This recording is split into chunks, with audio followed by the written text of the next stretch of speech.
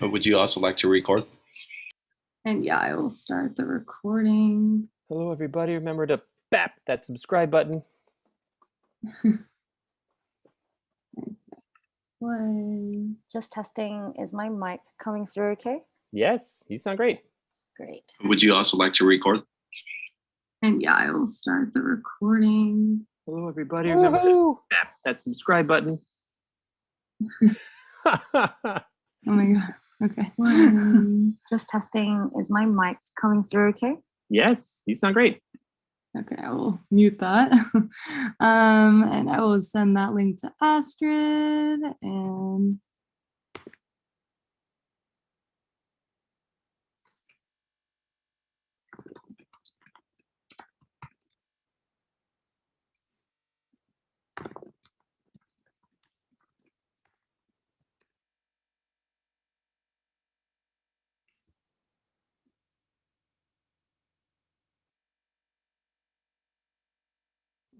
then Jonathan, I will call you, and I will go on mute.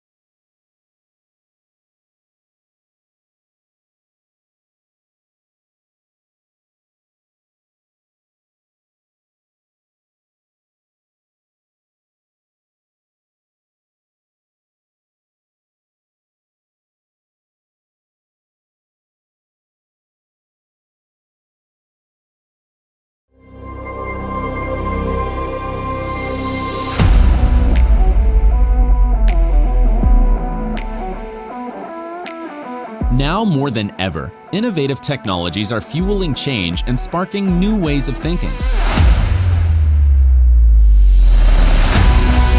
Collaboration between corporations and startups is key to staying at the forefront of these trends. However, finding the right startups can be expensive, time-consuming, and ineffective. But Plug and Play is here to help. As a corporate partner, you will gain access to a whole ecosystem of innovation. Discover startups that meet your tech interests. Stay updated on the latest trends and network with industry peers. We will help you during every stage of your innovation journey, no matter where you are and where you want to go. Get in touch today.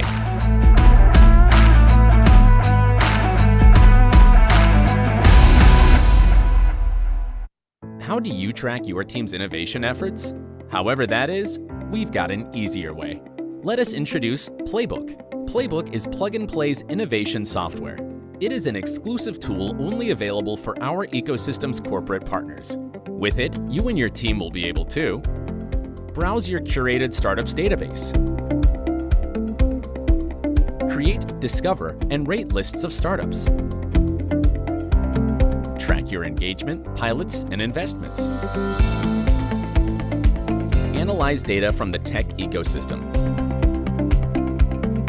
organize private sessions with select startups, and so much more. Hundreds of corporations count on Playbook to empower their innovation journey. Get in touch to start using Playbook today.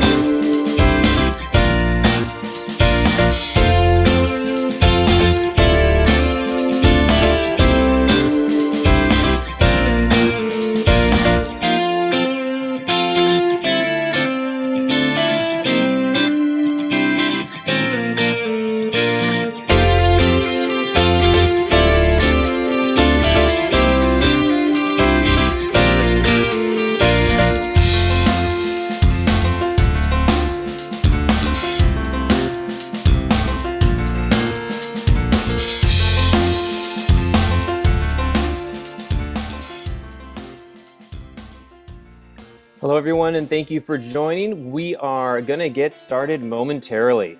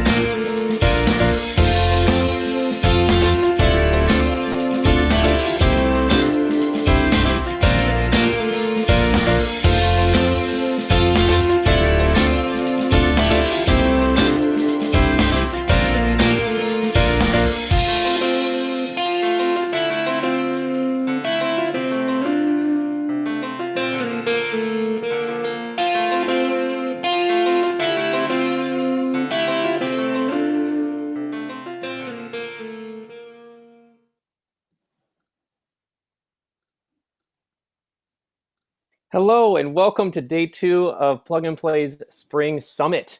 You are here for Brandon Retail's Batch 15 Expo.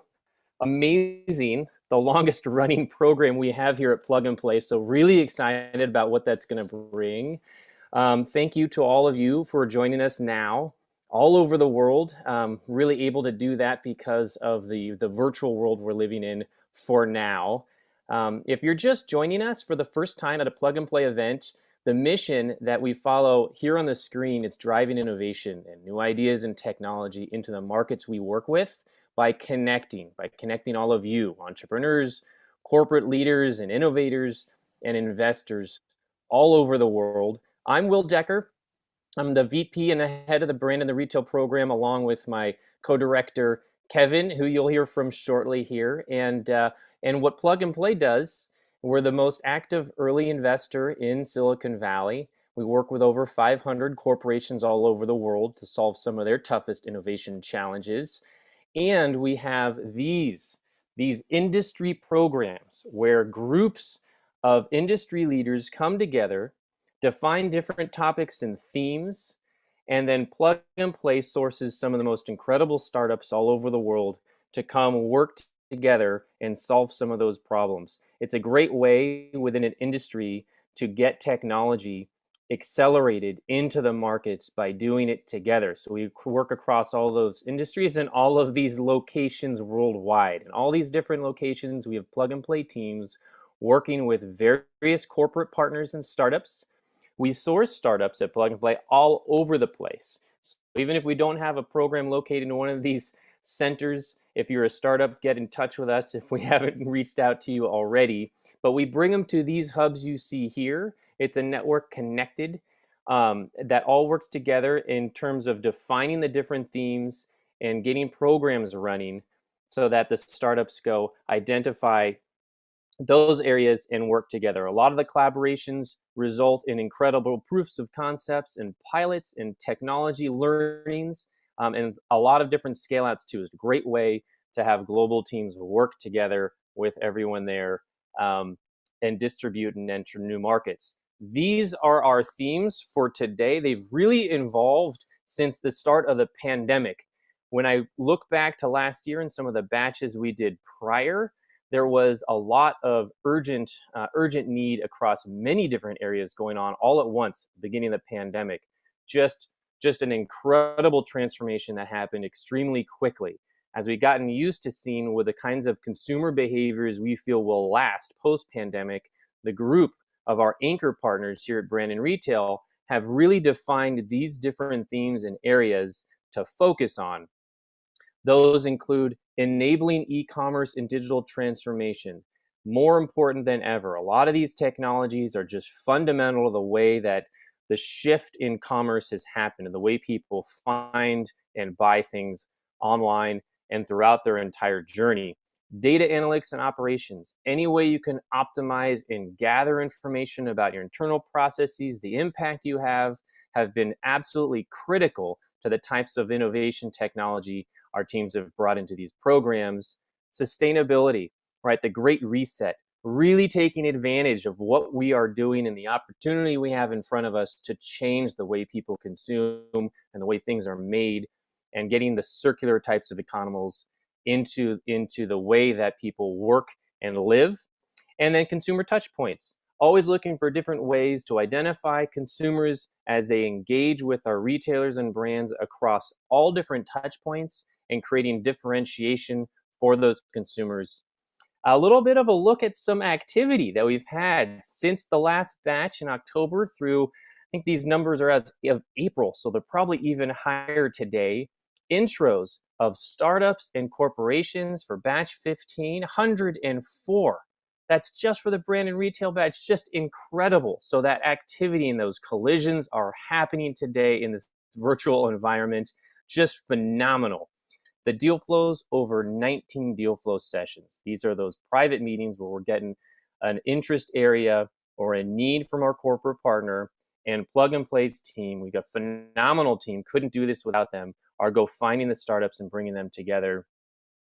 And then you saw the mentor session. So thank you to all the mentors as well for being involved, bringing your expertise here, whether it's doing a seminar or whether it's these private office hours. If you're joining, you're interested to learn more about the mentor sessions or any of these, talk to or chat to us or come in live through our stream here. Hopefully you've joined us on our Attendify platform. We have lots of opportunities to reach out to the Plug and Play team for your best viewing experience. Also, if you haven't already, go ahead and full screen that window for the video. That way you might be able to go and toggle back and forth. And also at some point, go check out the startup booths and go network. We'll have time for that later on in the agenda. Thank you to our partners, our startups, our mentors, and our team. Our whole team here on the screen. You know, we just can't do it without everyone here. Ventures, partner success. And of course, today is Akadina's day. She pulled this whole thing together. Thank you so much. You're an absolute rock star. So that's fantastic. It's us. We do miss seeing you in person, that's for sure. I was talking to Kevin saying it's great being up on stage physically. There's some pros and cons though. On one hand, you have a mic and on the other, you don't. And with that, there you go. Kevin, I'd like to welcome my co-director to this virtual stage. Kevin, it's all yours. Thank you, Will. So we have two major announcements today. One is Will Decker's birthday today. Happy birthday to you, Will. Two really stems from something that we realized over time. So as many of you know, Plug and Play, we started out as an early seed and pre-seed stage investor. We would largely write checks between 50K and 200K in companies that were everything from two folks in a garage to a small team. What we realized then was that we were missing out on some of the growth stage opportunities that were both coming in through our programs that many of you all wanted, as well as later rounds in existing companies that we had already invested in that was past our check mandate. In addition to that, what we also noticed was that a lot of our corporate partners were very interested in being involved in funds. What we saw change in commerce was a deep focus and drive towards adopting technology and investing in technology. So with that said, we're very excited to announce our Future Commerce Fund, a completely outside LP-based fund that was raised via our corporate base, as well as several different commerce executives. We have a short video to explain all about the fund, and then we'll likely have a keynote as well between Michael Olmstead and others to explain more about our initiative here. So without further ado, here's a video. It is a great pleasure to announce our Future Commerce Fund. Each and every day, the definition of commerce is changing and becoming all-encompassing. That's why we're investing in the best startups across a wide range of spaces that we're excited about. The types of problems that we're tackling and the opportunities evolve as the world of commerce evolves. This Future Commerce Fund will allow us to invest in early growth stage opportunities, disrupting the commerce space. The funds that we're running are specific to industries, bring our corporate partners together so that they can actually share in the investment opportunities that Plug and Play has on a daily basis. Our LPs and our teams represent industries and markets all over the world. We make shirts, right? So for us, having a fund that represented a large piece of the retail sector was key to our decision process. We would love to start building the relationships now with new LPs, sharing with them what we're doing specifically to the fund now and what our plans are for the future funds. If you're a founder disrupting commerce, whether you're scaling your company or just starting out, come talk to us. It's never too late or too early. It's going to be an incredible journey. Can't wait to meet you and have you be part of it.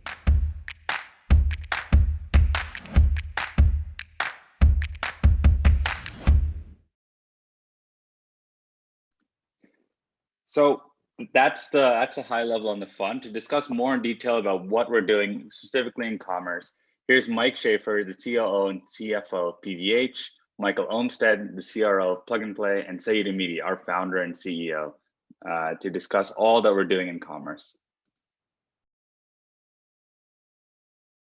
Hello, everyone.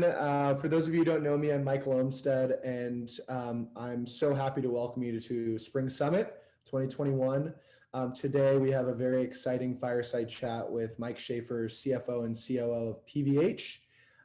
Saeed and myself will be asking him a few questions about their partnership with us, their overall technology strategy, as well as questions about their participation in our first ever industry-specific fund, the Future Commerce Fund. It's great seeing you again, Mike, and it's been a great pleasure working with PVH. But for some of the audience that may not know, can you tell me about your brands and your business in 2 minutes? Yeah, definitely. So we operate two of the largest global brands, Calvin Klein and Tommy Hilfiger. We truly operate in just about every region of the world at this point, predominantly apparel, but we also do make and sell accessories. We do our own stores, we do a wholesale business, and we also do online e-commerce businesses. We also operate a heritage platform, which is relatively small compared to the whole, which houses a dress shirt business and some smaller underwear businesses. With me and you both are wearing dress shirt, as well as Mike, all of us. Always. Is yours Now, time? that's a statement because, it's been what we saw during the pandemic was just this incredible move towards casual. And I've actually had more and more calls. I had a board call today, not surprisingly, but I would say most of our board was wearing shirts, dress shirts. And I went with investors a few times over the last 60 days, and I've watched that evolve from piquets to dress shirts again, which is nice to see, because that's a business we're in, both businesses, but we are big in the dress shirt business as well. And Mike, could you maybe just give the audience a bit of an introduction to yourself, how long you've been with the company, what your role is? Sure. So my name is Mike Schaefer. I am the CFO and COO of PVH. I've been with the company for about 30 years. I've started as an assistant controller in our outlet business and moved through the company and been in the right place at the right times through acquisitions to watch a small little domestic dress shirt company evolve into a global apparel company with powerhouse global brands. So it's been a great ride. Great, and I know you've been there a long time. You've probably seen a lot of change in the retail industry over the past 3 decades. What do you envision for the future of retail, and how important of a role will technology play?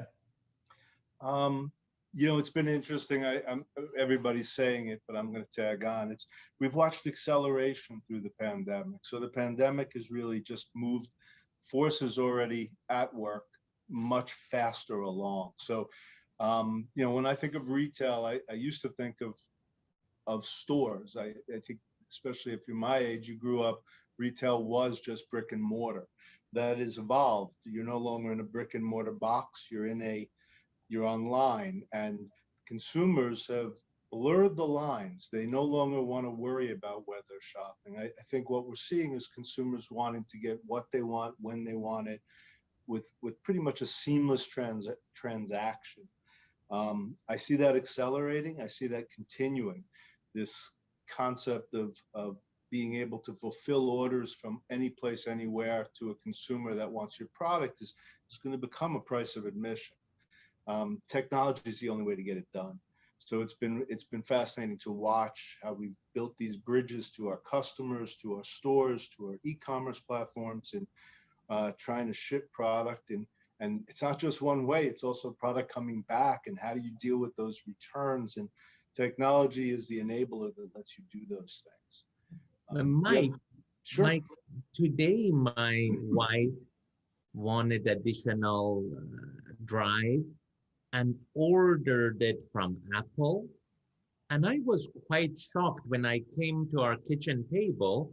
She had a little shopping bags, not in a box, with the Apple delivery. It was a white shopping little, like you shopped at Apple. I was shocked, and she told me it was free delivery and it took less than 3 hours. Is that crazy? I mean, do people really expect this much service? I think it depends on the product category. Look, if you have a problem and you're traveling or you're going to a wedding and you need my business, I think apparel is much less have to have it now product, but there is a standard. I mean, we've got behemoths in every region of the world in the e-commerce business that have set these standards, and depending on the country and depending on the product category, you've now become accustomed to fast delivery. It's part of the logistics and the backbone of what I think we're all striving to develop is the ability to, once again, get the customer what they want seamlessly, but also quickly. We've learned, though, especially now, it feels like consumers are, when the world was closed, consumers were much more accepting to the fact that they had to wait, and 2-day shipping from Amazon or from same-day shipping from Tmall, they were okay with the fact that they couldn't get those they couldn't have those promises fulfilled as they were supposed to be. But now that the world's coming back to some degree of normalcy, I think the consumer's back to demanding speed in their orders. Wonderful. And I turn it to you, Mike, in a second, but you're in a couple of different vertical and brand and retail, and commerce is one of the verticals we've been working closely with you. And for this audience, now we are having funds on top of each vertical. What did you think about Plug and Play Fund when we first came to you? Did you kind of say, my God, are these guys crazy or no? And have you guys thought about having your own venture fund in the past? And I'd love to get your first impression. Sure. So look, we make shirts, right? So I know what we do, and I know what we do well. We license out businesses that don't make sense. We make eyewear through a licensee because we shouldn't be making eyewear. We don't do fragrance, but we have fragrance throughout the world that we sell. I think technology is a bit like those product categories. We found somebody who was very good at what they do, had a track record, delivering success, and we were able to come up with a plan internally to work with you and your teams to try to move forward on the journey of getting more technology into the company, seeing more of what was out there. Key to us also was not just the leaders of the fund, you and your teams, but also the partners in the fund. So for us, seeing the names come through and having a fund that represented a large piece of the retail sector was key to our decision process. And Mike, I know you guys have, a large workforce and are a very innovative brand. Are you seeing many ideas come from within, or are you guys mainly looking externally to leverage technology that the startup community has and bringing that inside? Yeah, so I would say that all the enablers come from the outside. So the actual technology we've not been developing on our own. It's pretty much been working with partners, Plug and Play being one, and some others in different sectors where they're experts. And we've looked for solutions to problems we have, or understanding what others are doing with different products. But to date, technology for us has been the enabler. Our people and our teams have really been able to run with those technologies and come up with how to fix problems, how to apply those technologies against the business to get returns on the investments. So it's been a combination. We love what we've seen and what we're seeing in the tech world, but bringing it in-house and figuring out the best ways to use those technologies have been from the inside of the company. And you guys have done like a wonderful job setting up innovation teams internally, cross brands, cross geographies, and somehow synchronously working together and using Plug and Play as a bit of a platform to help enable some of those introductions to startups. And you mentioned earlier that it was really helpful to see, other corporate partners participating in the fund. And that was part of the reason you decided to become an LP in our Future Commerce Fund. I'm just curious, had you guys thought about starting your own corporate venture arm? And if so, what was the reason to become an LP versus taking that route? Or is that in your future as well? So I think we talked about it. We considered the idea. For us, it really came back to what do we do best? And what we do best is apparel. We build brands, we grow brands. We know how to operate and have strong platforms in each geography so we can put more businesses on our brands, in our platforms, and grow those businesses. And over time, I think we'd like to see ourselves just be multi-brand apparel companies. Technology is a key to delivering those goals, but it wasn't our core competency. So we felt the best way to pursue that growth was through working with partners and a group of people who knew how to sift through all of the different startups that are out there, and knew the players, had access to the companies that we typically wouldn't have had access to. So for the short term, and I don't know if short term is 2 to 3 years or 5 to 7 years, but for the short term, I think we're more about being a partner than doing the work internally ourselves. And as you kind of just alluded to, like the time horizons may vary depending on who you talk to. And with the Future Commerce Fund, obviously we're looking to make investments over 3 years, and then the harvest period is around 10 years. So I think in many startup size, that would be a long-term view. I'm curious, from your perspective, what does success look like with this fund? What does it look like in terms of the startups you engage with? What does it look like from the investment perspective, perhaps a multiple you guys are looking to receive? Or is it really just strategic in terms of the decisions you made? Yeah, it's really, my view of success, our view of success has been less about the return of the fund, but the impact on the business. So I've always felt that if we can get the business to perform at a higher level through the use of the technologies the funds brings to us, and we can latch on to those. So we're supporting something that we think works well, that can grow the business. Partners in the business, in this industry, are also supporting a technology. My view has always been that would be success. And then if we're fortunate and can grow and get returns, I've always looked at that, and this is my point of view. I'm hopeful that this will be a real discussion we're having in the future, but my point of view has always been that those funds would be for innovation, future investments in tech, and not to be plowed back into the company. Absolutely. And as you know, like this is our first fund, the Future Commerce Fund. We just raised our supply chain and logistics fund. We're starting to raise our insurance fund and our fintech fund. As the CFO and COO of a large, very, I'd say, traditional company in many ways, what would your advice be to other executives at large companies for why to invest in a fund like this?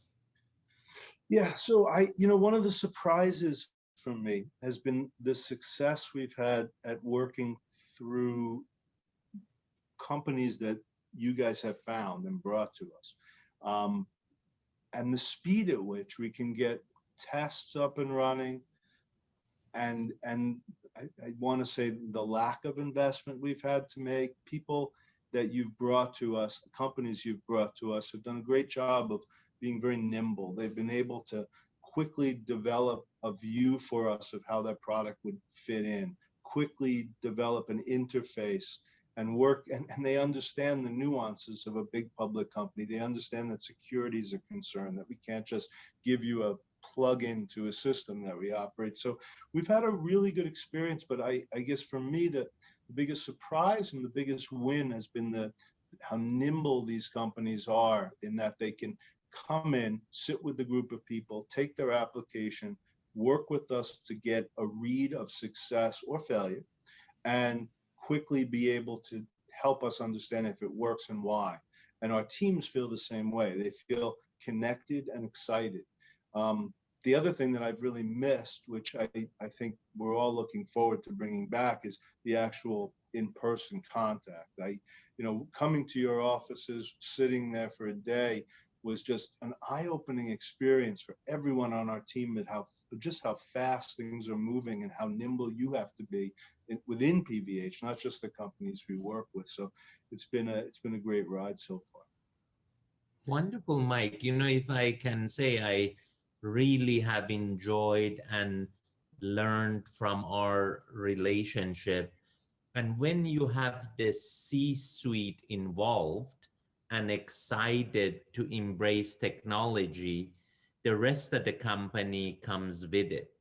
One of our experiences has been with Mercedes, which we do over 50 pilots a year. And the second one, closer to your business, Walmart asked us to open an office in Bentonville, Northwest Arkansas. And now we do more than 20 pilots with Walmart in supply chain efficiency. And these different verticals, the Commerce Fund and the supply chain funds, I think they could really shape the future of an industry. And again, you have been great in helping us navigate our journey, and the relationship is all I consider life is all about. Hopefully, to the success of PVH, success of Plug and Play, and the success of the startup that we engage with. And that's the future of technology and innovation as far as Plug and Play is concerned. Yeah, I couldn't agree more, Saeed. It's I think anything we do without the right level of support, and in this case we have strong C-suite support, makes it much easier and much more accepted throughout the company. So without that, I think you're sort of an island. It makes it very difficult. Thank you so much to Mike Schaefer, Saeed, and Mike O for an insightful chat. So for those who don't know me, I'm Tanya from the Ventures team. We have an exciting lineup of startups for you today. We also have 2 great presentations in between and some networking time at the end. We're doing this all on a brand new platform, Attendify. We're trying to do this thing called innovation too. If you're experiencing any troubles, please feel free to post in the chat. The general format will be 3 to 4 startup presentations, followed by a theme-focused panel session that will be led by myself and Kevin Parakatu. Please feel free to browse around and post any questions, and then we'll try our best to answer during the panel Q&A session as well. Also at the end, to participate in the networking, all you have to do is navigate to the startup booth. You can press the Meet Now button, and then go ahead and meet them. So without further ado, let's begin with the in-store and omni-channel group, starting with Pearson. So Pearson is an AI technology solution for retailers which connects in-store consumer behavior and data to its online identity, enabling retailers to boost sales, retention, and customer engagement.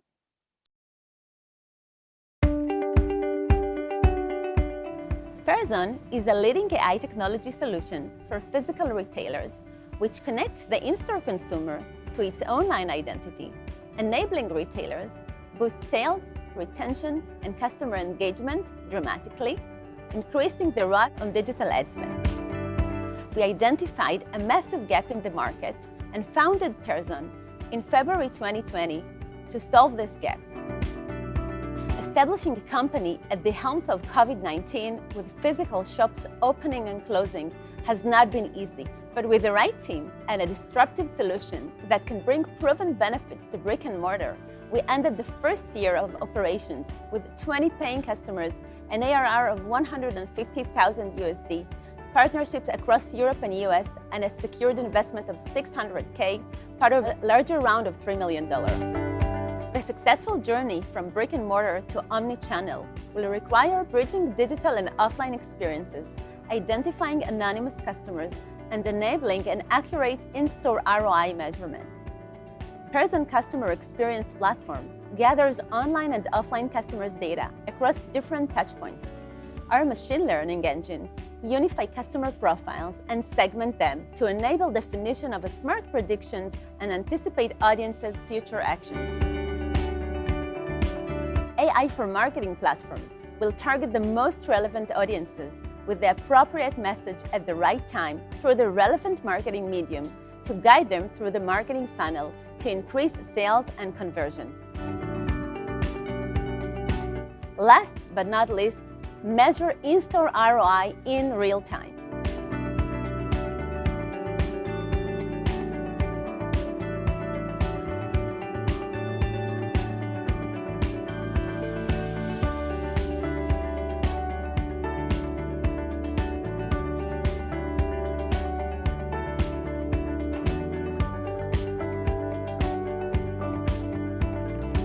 Success is a journey, a long, challenging, and a complex journey. But with the right mindset, a trusted team, and enough hard work, we will change the market.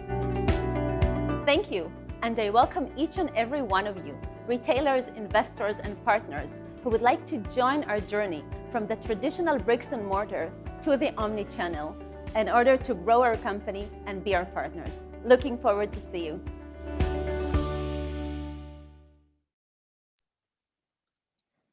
Thank you, Peon. So up next, we have RillaVoice. RillaVoice uses AI to anonymously analyze conversations that frontline employees have with customers in physical locations to draw insights. Hi guys, my name is Sebastian and I am the founder and CEO of RillaVoice. And we are building speech analytics software for the billions of face-to-face conversations between sales associates and customers in physical stores. Here's how it works. Step 1, sales associates talk to customers just like they normally do. Step 2, from their tablets, phones, or headsets, our software records their conversations.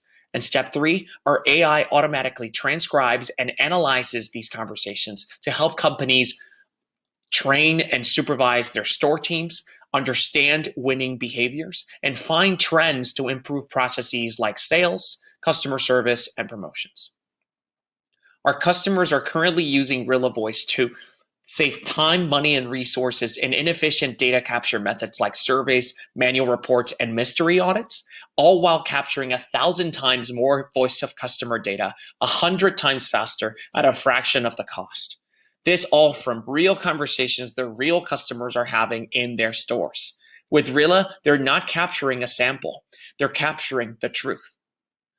Since launching this company at the end of 2019, we've managed to get support from some of the top accelerator programs like the Verizon 5G Labs, the Entrepreneurs Roundtable, and now Plug and Play, and build an amazing team of people who have sold enterprise software to large brands, who've sold voice of customer software to some of the largest retailers in the world, and who have experience building voice AI technology.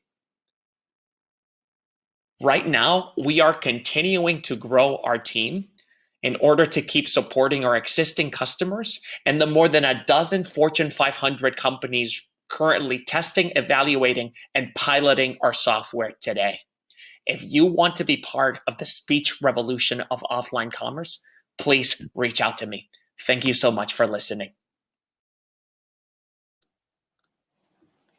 Thanks a lot, Sebastian. And thirdly, on our in-store and omni-channel panel, we have Brightly. So Brightly intelligently streamlines the last mile of contact-free carryout for consumers via their smart lockers. Hi, my name's Dave and I'm the co-founder and CEO of Brightly. We founded Brightly in March of 2020 and we've been able to make a lot of progress in a short amount of time thanks to our award-winning founding team. As a group of serial founders and friends, we've created companies like Tagger Media, powering AI business intelligence for VaynerMedia and Estee Lauder, Man-Made Innovations, which created IoT products for Teal drones and many others, Sellers Market, an award-winning QSR from San Francisco, MSI Designs, which created point-of-purchase displays for Nike, Under Armour, and Target, as well as worked with Process AG, who produced consumer packaging goods for Victoria's Secret, Jessica Albazanos Co., and Adidas. Brightly is transforming the smart locker space from providing a mere utility to a highly engaging, dynamically brandable customer experience that brings moments of joy to any space while providing retailers with newfound revenue. We separate ourselves from our competition by offering a brand new digital ads platform, a completely personalized order pickup experience that allows customers to choose their own photo or avatar to be their visual order identifier. AI business intelligence, and UVC disinfecting technology. We are currently in the process of completing our master system prototype. We have patents pending around our screen technology and processes. We are currently being considered by multiple corporate partners for a pilot, and we just brought on Ron Turner of Gensler to help implement Brightly into stadiums and airports.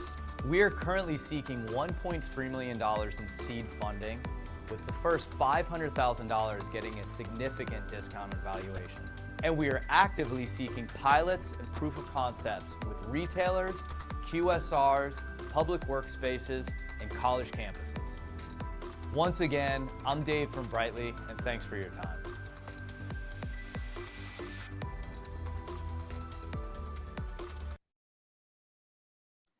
Thank you, Brightly. Now we're gonna come and bring all of the 3 startups on stage, as well as Kevin, and we're gonna have an awesome discussion about the space that we're playing with right now. So welcome Sebastian, Dave, and Gillette.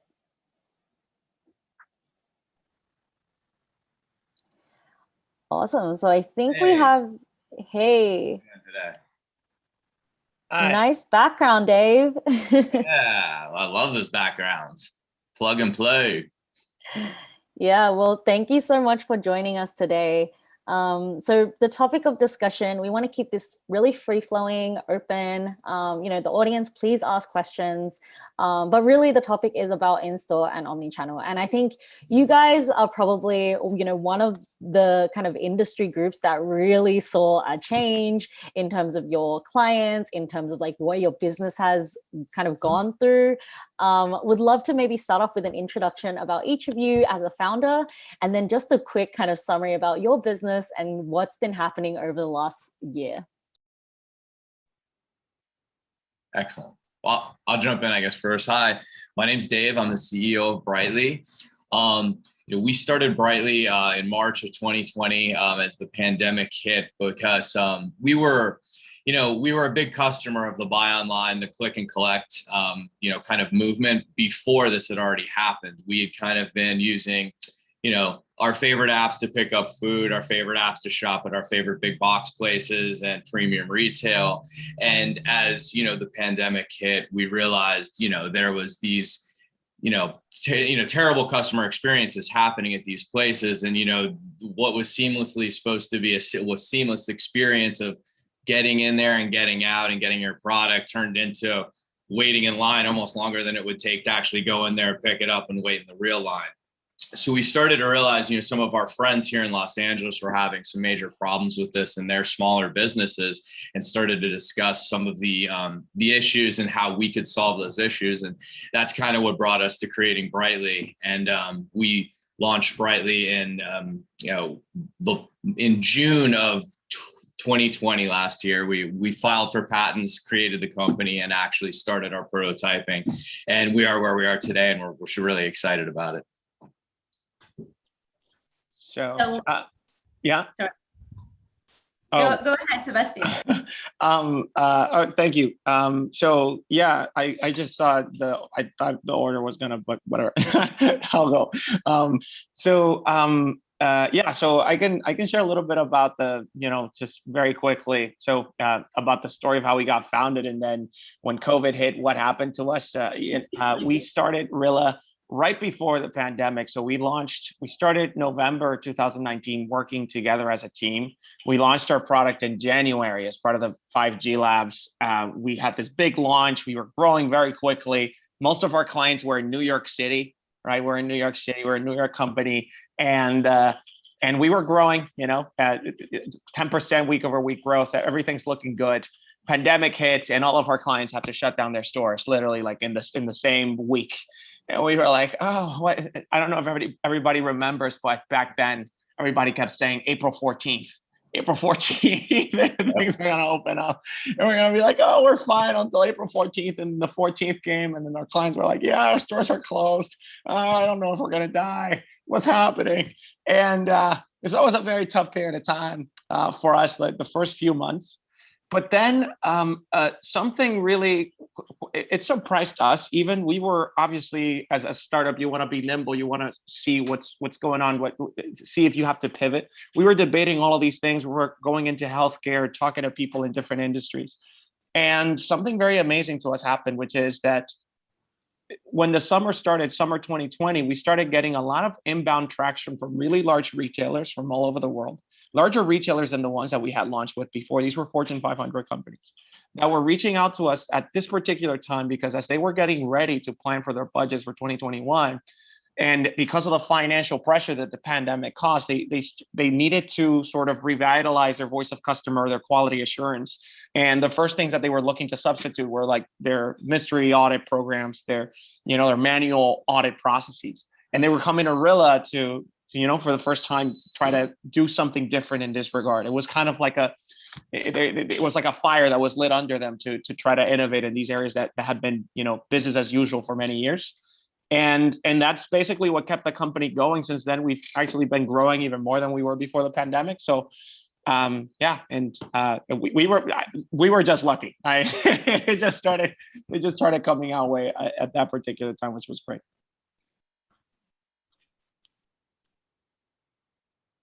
Yeah, I mean, Kevin was in the, in the midst of that New York kind of COVID situation. So yeah, it sounded, pretty crazy during that time. I understand completely where you're coming from, but Galit, on to you. Okay, hi. So I'm happy to be here. My name is Galit, and I'm the CEO of Peon. I come from a 20 years of background in the retail industry, working in one of the leading supermarket chains in Israel. So we actually identified a massive gap in the market, a pain that we were that we wanted to solve, and this is what Peon is about. We initiated the company on February 20, just before COVID. And we found that actually retailers wanted to use us in order to collect the in-store data and target their customers in a personal way in order to increase retention back to their online. And now that we ended the year with 20 paying customers from different kind of verticals, and now that COVID in Israel at least is almost over, so we can see a huge return back to the physical stores, about 86% of the total purchases, and they really use us in order to see a multi-channel 360 usage of the data of the customer behavior, both offline and online, in order to target them with the right offer and increase the customers' retention to the business. So before we jump into some of the technical stuff, I'm curious, Sebastian, you kind of mentioned it, and Galit, you also mentioned it. So all of your solutions touch the store in some aspect, right? And this year, the question of will stores exist has been brought up, I think, more than ever. I'm curious, from your perspective, what was kind of one major tough decision you had to make this year as the narrative on in-store changed so drastically? I can say very quickly, just out of the bat, the toughest decision we made, and it was tough at the time, doesn't seem so tough now, was to stay the course. So a lot of companies pivoted during a time that it was a lot of pressure for us to say, hey, we're going to do speech analytics for online. We're going to do speech analytics like a multitude of other companies that do have speech analytics for call centers. And we said April 2020, May 2020, June 2020, we said we're going to stay the course. And the thing that kept us here is that we didn't want to be like everybody else. We knew that there was a massive opportunity. By our calculations, there are more than 10 billion conversations being had face-to-face between customers and frontline employees at grocery stores, at fast food stores, at fashion, luxury, car dealerships, all these kind of verticals. We knew that when we started. That's why we started the company, because we saw this massive opportunity that nobody was taking advantage of, and we knew that was going to be the case. And it was tough at the time to say, because all the stores were closed, basically, especially our customers. But then we saw that, what we saw then, if you look at when we were working with a lot of D2C brands that were transitioning into physical retailer into physical stores before the pandemic. During the pandemic, you see brands like Allbirds, they were taking advantage of the cheap real estate to open up stores.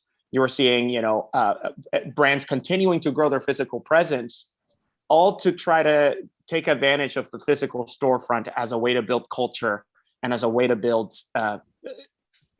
brand loyalty with their audience, right? And we think that's going to be the case. It's not whether it will exist, it's how will it exist, right? It'll be different. It'll be for different purposes. We think that the old model of trying to compete with Amazon with having really large stores that have all the products in the world, I'm not seeing that from customers. In fact, the people that had those models are trying to transition into a more experiential kind of thing. But yeah, there's this component of having the physical presence, which Apple took advantage of to build their brand loyalty and their audience. We think that's what the store of the future is going to look like. It's what we're seeing now with our current customers. And then we also, we also kind of saw traction with other industries like CPG and grocery, which were experiencing massive growth during the pandemic. And we think those stores are not going away They're still going to be a massive offline grocery component for the next 10, 20 years. Yeah. What I connect to that we definitely placed a spot about analyzing historical data and generating data enrichment in order to help this business use their historical data, which was identified data, in order to target the customers and actually drive them back to the online as long as they're buying online only. And now that we are post-COVID, so now we can expand and add the other layers of our product to other channels to identify anonymous customers and connect the offline to online and measure in-store ROI, which is the majority of our product. But at the time of pandemic, we were definitely spotting on that. Yeah. Yeah, to chime in here too, and kind of to go off a little bit of what Sebastian said, I 100% agree that experience is kind of at the forefront of physical retail. You know, people have been cooped up in their house long enough, and everybody wants to get back out into the world. But as we know, we have, e-com and Omni Channel just growing so much that it's going to be about driving an experience inside the store rather than just giving everybody a place to go get anything they need. Right. So, that's essentially what our focus of our company is driving this amazing user experience to have this special place where people can come and interact with technology and products in a very interesting and unique way. Yeah, I mean, completely agree in that aspect. And maybe just to share some interesting facts and stats. So online sales being supported by physical stores actually rose about 40% during the 2020 holiday season, which was up from 30% in 2019. Online orders picking up from stores grew by 100%, as you probably all know. And then retailers shipping orders from stores also grew by 80%, right? So we're starting to see kind of a trend towards retailer stores becoming almost mini warehouses or experiential like places. I'd love to kind of dive a little bit more into a further kind of additional role of the store in the future. So you mentioned, it's going to be like an experience hub. It could be, a fulfillment center, et cetera. What are you kind of seeing there? To give one more statistic, from some of our analyses around Los Angeles, we went into some big box retailers and met with the front of the house, the managers who are, managing buy online, pick up in store.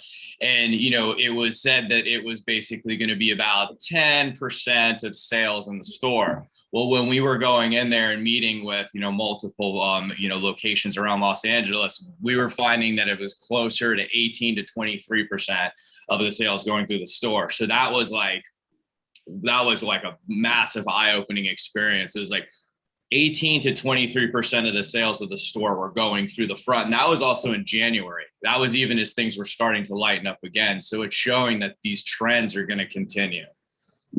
Yeah, and to add to that point, and you just to add a little bit more color to the whole store as an experiential point.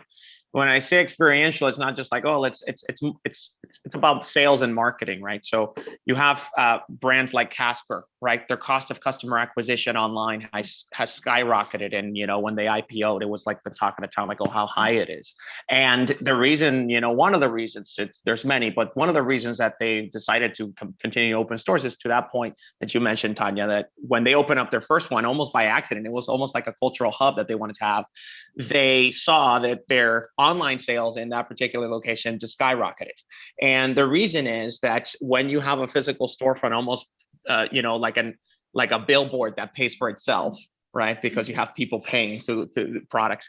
They saw that this connection that people have with the brand was much more. And when you have products that people want to touch and feel, like a bed or like a something that you want to eat, something that you want to taste, something that you want to feel, right? Something that you can't consume with your eyes and ears only, that marketing component is super important to having the whole experience, right? And if you build your store really designed for that, to cater to those senses that people want to, and then you start seeing that people build a really strong connection with your brand. You're able to break through the noise, and you have all of a sudden a competitive advantage over your competitors who are only advertising online. And we see that not only with large D2C brands, we see that with small D2C brands. I've talked to like almost 100 of them so far that are, they had stores before the pandemic. They had to put those plans on hold, but they continue with their plans to reopen. You can, Warby Parker's prescription sales, 80% of them or 70%, it's a very high number, comes from their stores. So yeah.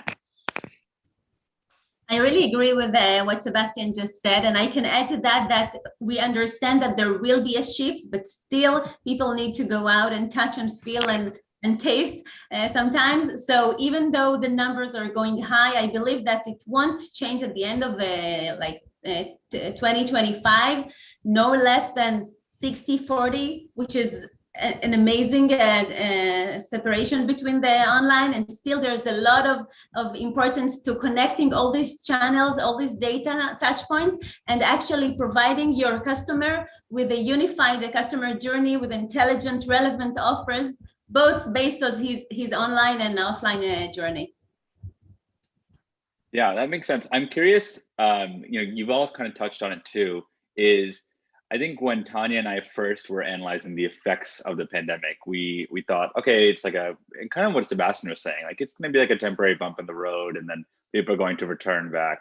But I'm not sure about you all, but when I leave my house, I feel like it's like if I don't have my mask, I feel almost naked, right? Like it's like as if you don't have your cell phone, and it's become standard procedure. You go into a restaurant, you pull out your phone, you do the QR code scan, and like we're a year into this, or more than a year, and certain habits have become ingrained, right? And during that same time period, we've seen 30 bankruptcies across in all parts of retail. So I'm curious on your individual takes of what are table stakes now? What does every retailer need to have to survive in the future? What we've seen with the retailers, and I can tell you again here in Israel that COVID is gone. People are eager to go out and to have the physical experience. But retailers, they got a fast forward of 10 years, and they understand they have to go digital. They have to develop their digital channels. They have to be able to communicate with the customers with all the channels, and actually to provide them with what they want to. So they are they're willing to pay for cutting edge technologies that will bring them the advantage to use all the resources they have and all the data that they have about the customers in order to bring them back to the business. So they really, I can tell from my knowledge of retailers from the last 20 years, retailers are understanding now that if they're not moving forward in terms of technology, they're going back, and they must do something, and they're allocating budgets to acquire these technologies. So I kind of agree with what Galit said. The only thing I would add to that, to moving online and stuff like that. So I think COVID will be gone in the United States, but it won't be forgotten. And that's to your point, Kevin. Our collective memory of this event, it will produce almost like a before and after COVID in our society, right? And like you said, that's only an example where people will continue to walk around with their mask. They will be more mindful of touching things outside, right? Things will change, right? And so, and like Galit was saying, what this has done, retailers are anticipating this, not only retailers, but any company in any industry, in any sector. Travel is going to have to adapt. Like, it's not only retail, everybody's dealing with this, right? But they're anticipating. And the first thing that it did is it just kickstart their innovation. Like, their innovation teams are going crazy, right? Because for the first time in a while, they have, a lot of power within the organization. They get to decide, and quickly, right? We're seeing a lot of the Fortune 500 clients that came. We asked them at the time they were coming to us. We were a 4-person team in a little apartment. We're still in the same apartment, but we're growing the team now. But and we would ask them, why are you talking, to such a small team? I was like, well, we need to innovate as fast as we can. For us, one of the benefits was that retailers, as they continue to try to get feedback, I don't know if you guys have seen like those little kiosks that people can say happy or sad, or like they interact within the store. They're trying to move away from that because of these everlasting effects of COVID. They don't want people touching things. So we came in as like a way to like seamlessly get feedback from customers without having to touch anything, fill out a survey.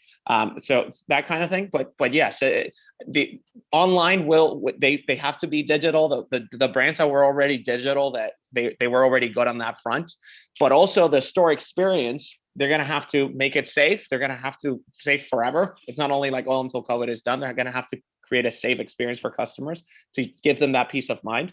And also really hone down on that, if you are moving digital, then your store becomes that funnel for marketing and experience and building brand loyalty. And so they're going to have to focus on that. Yeah.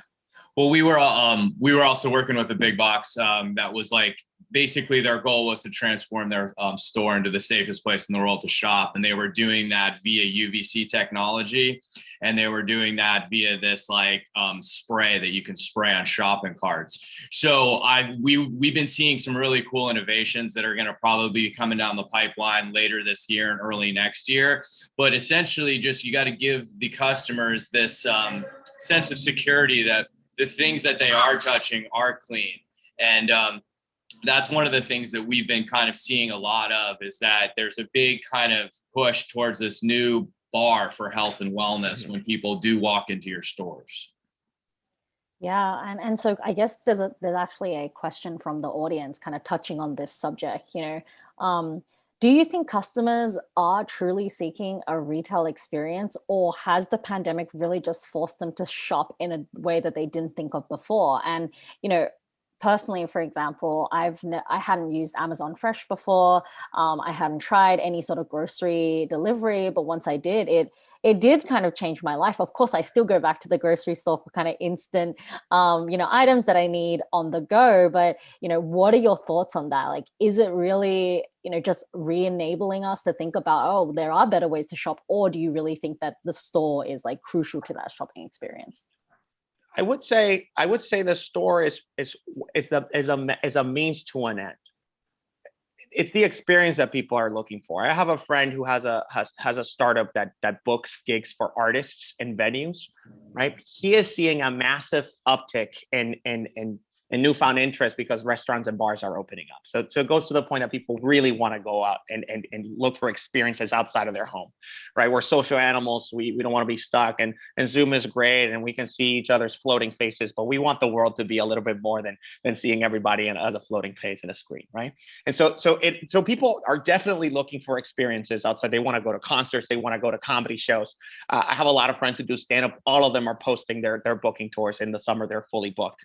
Comedy Cellar's open in New York. So like, people really want experiences. The store is a means to get a different kind of experience where you're not only you're looking to have an experience with something, but also bring something from the real world back with you, which is buying something, right? So if we can agree that yes, people are looking for experiences and that people still want to buy some things and be connected to brands in a not so transactional way, then the store fulfills that. And some stores do it better than others, but you still walk around and you see the Apple stores, even though you can't really go in some places, people are still lining up to go and get their Apple products, right? Because they want that brand connection. So yes, I would say people are looking for experiences, and the store fulfills one of these experiences that people are looking for.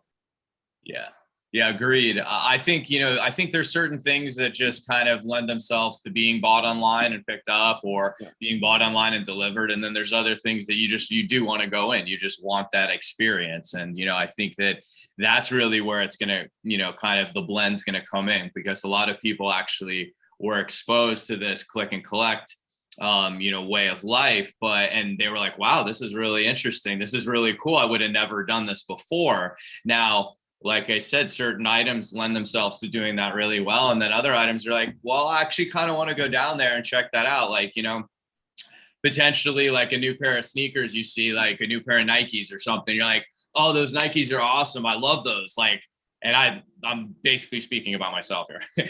I love those Nikes, and those things are cool. I wonder what those, cool trail running shoes are going to look like. And then I'm like, well, I wonder if they actually fit my feet well. So I'm going to be like, when Nike's open down here in Santa Monica, I'm going to go run down there and check them out. And then potentially the next time I buy them, as I know they fit my feet, I might be like, okay, cool, I'll just get these sent to my house now. I wanted to add one quick thing to that, that as you were talking, Dave, I kind of thought about it. When I have a brand that we work very closely with, they are a bed, and this was one of the first people that gave me feedback on our product. They do bed and linen, and it's like a new D2C startup for beds and linens.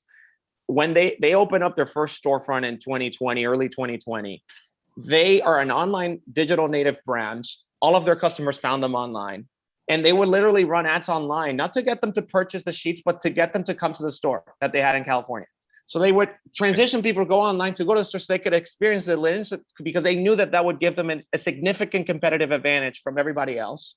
So when people got to the cash register, they were seeing they were forgetting and not buying. But once you go into the store, you see the linen, you feel it, the conversion rate was much higher. And then the lifetime value of the customer was much higher. So it's the digital is going to be there. It's going to keep growing, and you will have to transition your store. It'll continue to be there, but you'll have to transition it to complement that side as well. Yeah, for sure. And I mean, Dave, we've probably got Nike actually listening in, so they're probably happy to hear that you're not saying Adidas or something else. But for sure, I'm one of those people who, honestly, I did a stress grocery shop the other day. I was just feeling, you know what, I feel like checking out my produce, and I just wanted to go to the grocery store and browse for a bit. So I do agree that, in some ways, yes, if I want to be efficient, I can click everything online, I can get it delivered. But I mean, most of the time, I just like looking at labels and walking around casually and discovering things, right? So I maybe discovery, especially for grocery and let's say Target, Walmart, all these retailers becomes, the bigger part of the reason why they have that store. Maybe pick up online, etc. But I wanted to kind of give Galit a bit of time. Did you want to answer, or did you have anything that you wanted to mention about, whether or not stores are necessary, or whether it's a new kind of, the pandemic has enabled us to think differently in terms of how we shop? So at the end of the day, I believe that it would be a combination of in-store and online, and we would have to provide our customers a complete journey, which touches both convenient and practical. And it depends on the vertical, of course. Supermarkets are different from cosmetics and from electronic consumer goods and from apparel and fashion. And it also varies from youngsters to adults, and of course it depends on the customer itself. But at the end of the day, we will have a combination of it's all in a shift to digital mixed with physical. Yeah, for sure. I agree. And yeah, we actually have, so we've got about 5 minutes left, but I wanted to kind of quickly ask you guys, just about starting off a startup. You guys were all founded in probably one of the toughest times. And I would say that, the pandemic has really enabled some people to call it cutting the fat, right? So the inefficient businesses went out of business, but the ones that really stuck it out, got through it, they're the real hustlers here. So the question from the audience from Siju is, how hard was it to find and achieve your first retail partners? So I can tell that, as I said, we initiated the company in February, and on March we have COVID. So we were saying, okay, what are we going to do now? I mean, retail is closed, and these are the majority of our customers. But then we decided to focus on building the APIs and building the partnerships and offering different aspects, and actually doing customer speaking with the retailers on their challenges and what are the problems, and actually finding a design partner that will let us to find the focus on where to put the majority of the efforts. And at the end of this year, we was amazed and surprised that we do have 20 paying customers. I mean, we were so focused on being sorry for ourselves, but moving fast and to all directions. And at the end of the day, we're happy. So we raised our part of our seed round, and we do have many different customers from many verticals, and they are paying customers. So it's like we have our proof of concepts and POCs and pilots, and we're ready to blast. So in some way, it was blissful for us to know that we can achieve even in these tough days that we thought that it won't be possible. The only thing I can tell that myself, I'm so sorry, is that we are being doing this hybrid and not meeting physical face-to-face, because I think it still can give a great leverage when you meet the plug and play team and the customers and the corporates. So this would be for next time. Guli, did you get how many rejections did you get before your first customer, if you remember? So I can tell you, I'm trying to be modest, but truly, because I know my customers, I know my business, I know the pain, and I know how to talk to them. So and I know the retailers, but in Israel, of course. So it wasn't that this was not my problem. I mean, it wasn't painful. I can tell that I'm proud. I'm thankful for this part, because this was kind of easy for us.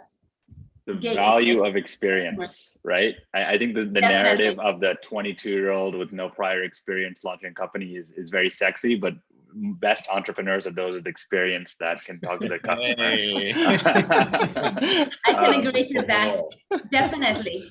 When you have experience from the business, from the ecosystem, and you come as someone who solve their pains, so you know who to talk with, what are their pain, whom do you need to address, how fast can you move, how big is the chain, and then everything becomes easy.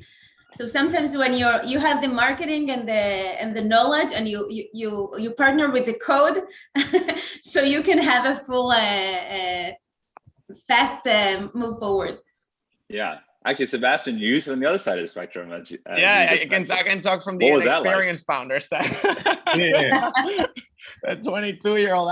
It was 23. Well, I started my first startup when I was 22, and that's the one that led into this one. So yeah, I was at 22, literally.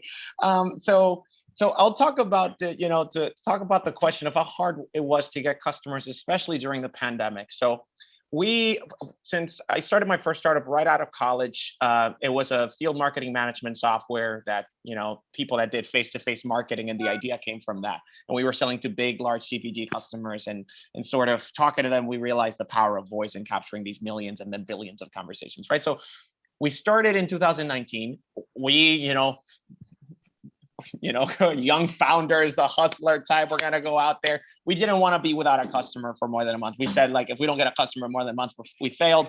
So we went out in the streets of New York, and we literally we just went to stores, right? We just went to stores, and we were like, hey, we got our first meetings with really, they weren't really large retailers, but they were growing retail startups, right? In New York, very interesting stores. We went in there. They were really deep into technology. We launched with our first customer in less than a month after starting working together as a team, right? And the reason it was really, we didn't know that this was uncommon at the time, but the reason why it was fast, we went in there and they were like, okay, so how much is it going to cost to set up? And we were like, well, how many microphones do you want to start? And they were like, let's do 4 store associates. And we were like, okay, so it's going to be 200. And they were like, 200,000. And we're like, no, $200. Wait, you guys want we can go to, I guess, Best Buy. Can you guys Venmo us?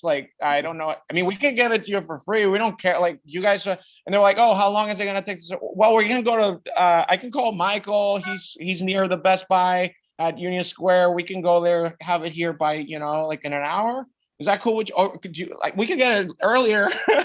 And in their head, they were thinking setup costs, installing cameras and so on, of $500,000 to set up their entire department store. So we launched quickly, and that's why we launched quickly at the beginning. Pandemic comes, everything shuts down. And all of a sudden I can't use my strategy of going out door to door and getting the traction. We start getting the big, partners in. And those are the 2 problems. It's the pandemic. And then once you're working with big partners, it is what it is. They take a longer time to launch than what young people like me who are impatient. We're like, we want to launch tomorrow. And they're like, our pilot phase takes 6 months. And so we had those 2 problems. So at some point, we had all this traction from really large customers. We're still working with them and going through those big, large enterprise cycles. But at some point, we decided in the pandemic, we just went where things were open in Miami. and in Austin, and I started doing the same thing that I did back when we were in New York and late in 2019. I hit up, and I have like a whole list. I hit up literally like I would hit up like 100 stores in a weekend, and out of those, maybe 2 of them would launch. But that was enough. That was enough to get us the traction that we needed. We started growing 10% week over week. We put ourselves in that kind of, we hit that metric, and we started launching and launching and launching. And now we have, hundreds of locations using the product with smaller, right? We're still supporting the large enterprise, but with the SMBs that you can get like a good week over week growth. And that's how we started doing it. Literally me going to stores saying like, hey, do you want to like mic up your store? Do you want to, use speech analytics? And they're like, huh? And we're like, look, it's really cool. And some of them would buy, and and that's how it was. Well, that's amazing. Yeah. So for jumping in, so for us, we began just kind of going around and doing a lot of what Sebastian was just talking about, just going around Los Angeles and saying, hey, listen, I see what's happening here in your store. I realize you can't have anybody in here anymore. This is what we're doing. What do you think about this product? Is this something you want to use? And people are like, yeah, this is wow, this is really cool.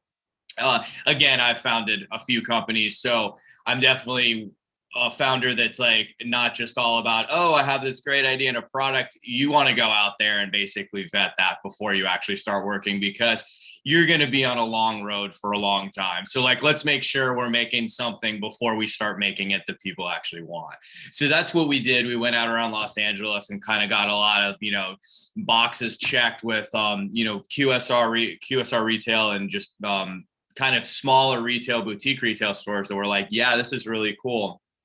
We see our big kind of plus being in like smaller QSRs where they were like, this would really help us a lot.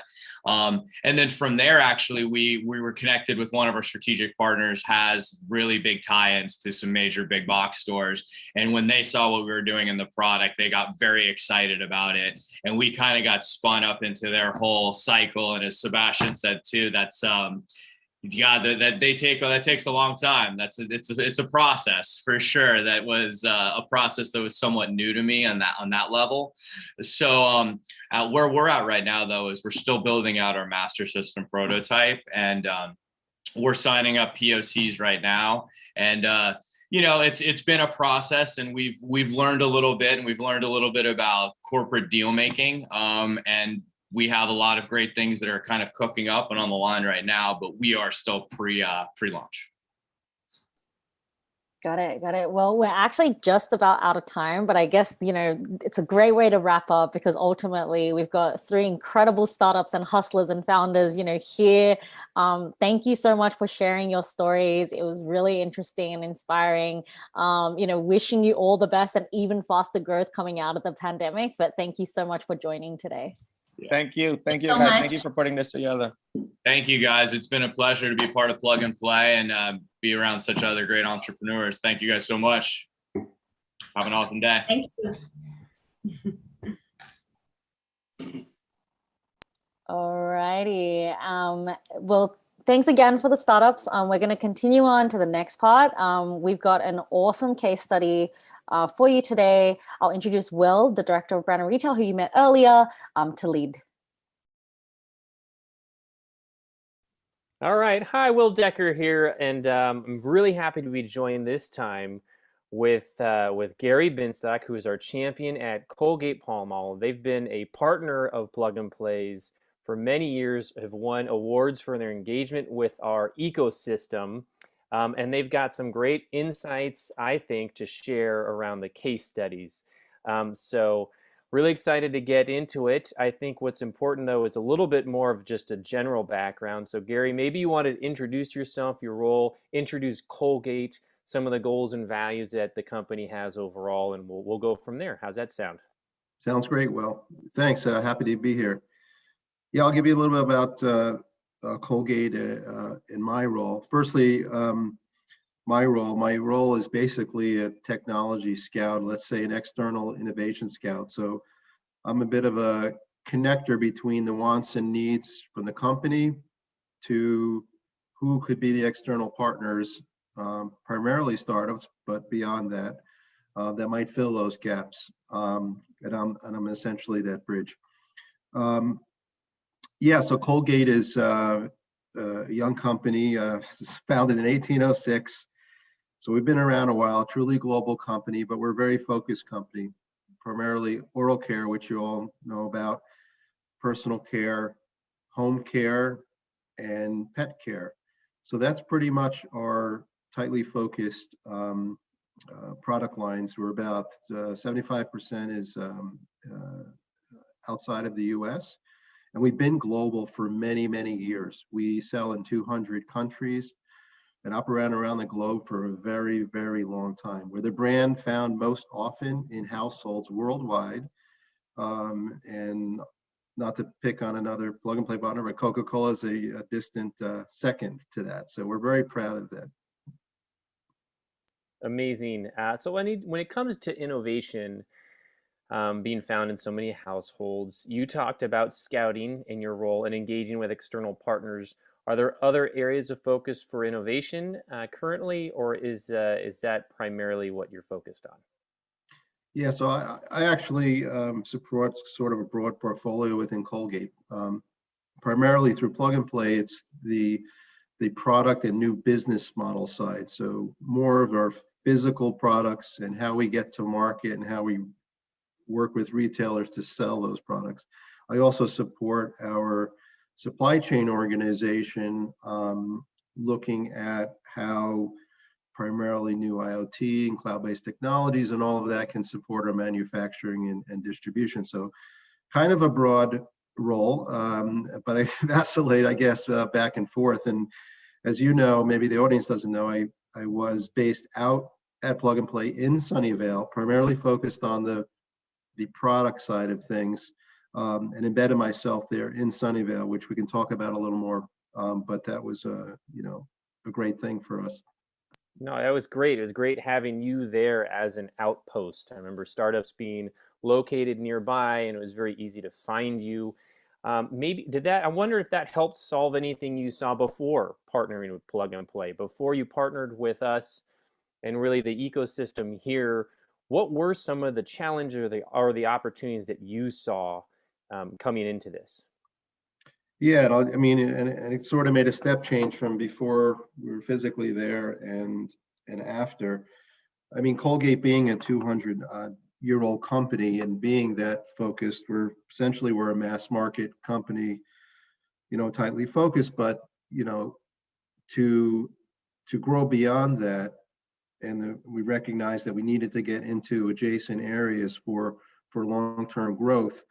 That's where we needed help. So, we began with a central group trying to get external, which eventually led to our participation in Plug and Play. So, primarily, say up to 10 or so years ago, we did all our own R&D and development. Everything was homegrown, essentially. But we realized that's not the way the world operates now. We need to tie into both, the startup ecosystem across different verticals, right, to source these ideas. I would say that we were pretty myopic and narrowly focused in the old days, very efficient, cost efficient, and did well for many, many years, right? But to get to that next plateau and to grow beyond that, we really truly needed to get external, and that's kind of the gap that Plug and Play helps fill for us. Amazing. Well, thank you for that. And let's talk about some examples, some case studies for those in the audience who haven't already checked out the excellent case study between Colgate and Bob Lee. Maybe you can provide a little bit of background. What was the use case you were perhaps trying to solve with that? Yeah, I mean, Colgate being a traditional, CPG, historically we're selling through big box stores, right? The Walmarts and the like, which did us well for a long time. Big volume, national distribution, and that's also how we went to market, all at one shot, right? But things are changing now, right? And there's many untapped distribution channels, obviously direct to consumer and e-com and all of that.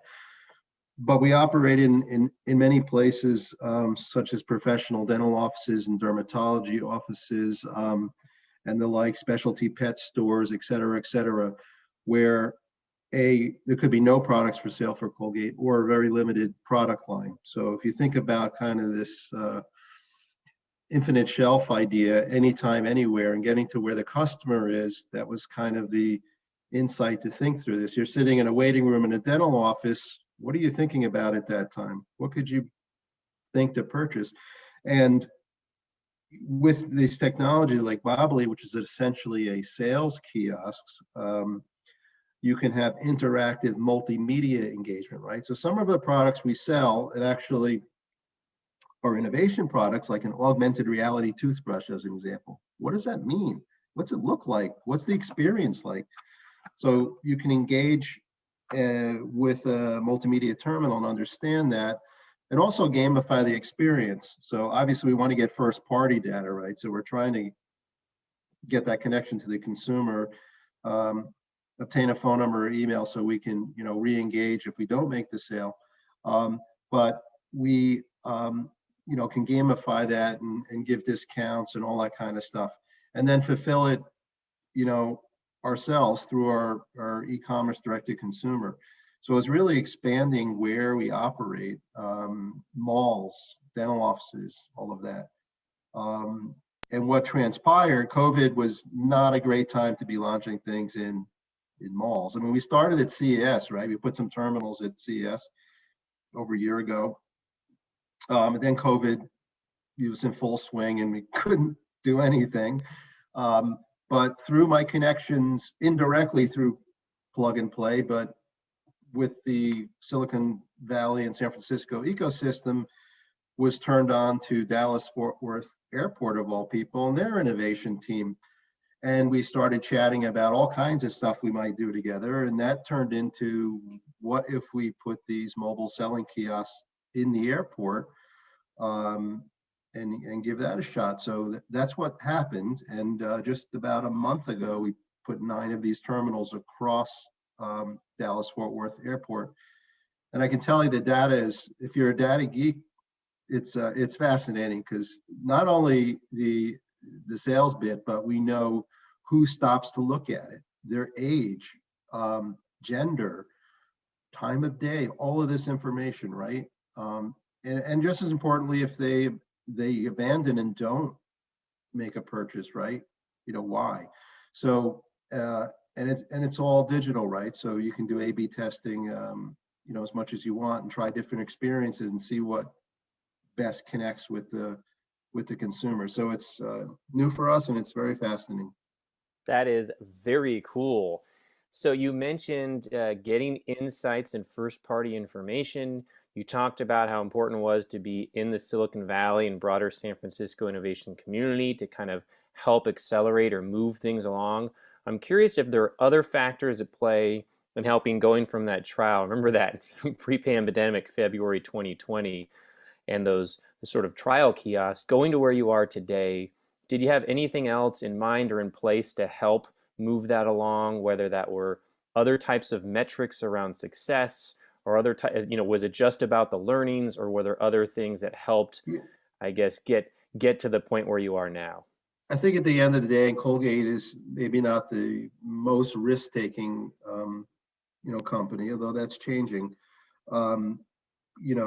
We'd like to see at least the window or the potential to have a good, ROI. So, we're looking at obviously the metrics of the cost to do this and potentially to do it at scale versus what is the conversion rate and the raw numbers, and potentially giving money back to the environments where these kiosks would be, and all of that stuff.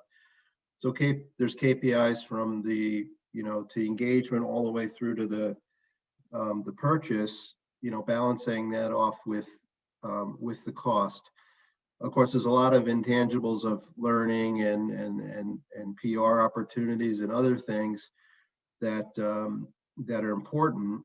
But and generally we're looking for that there is potential at least to have the the payback. And the learning I should have mentioned, by the way, so, from a COVID, we kind of scratching our heads.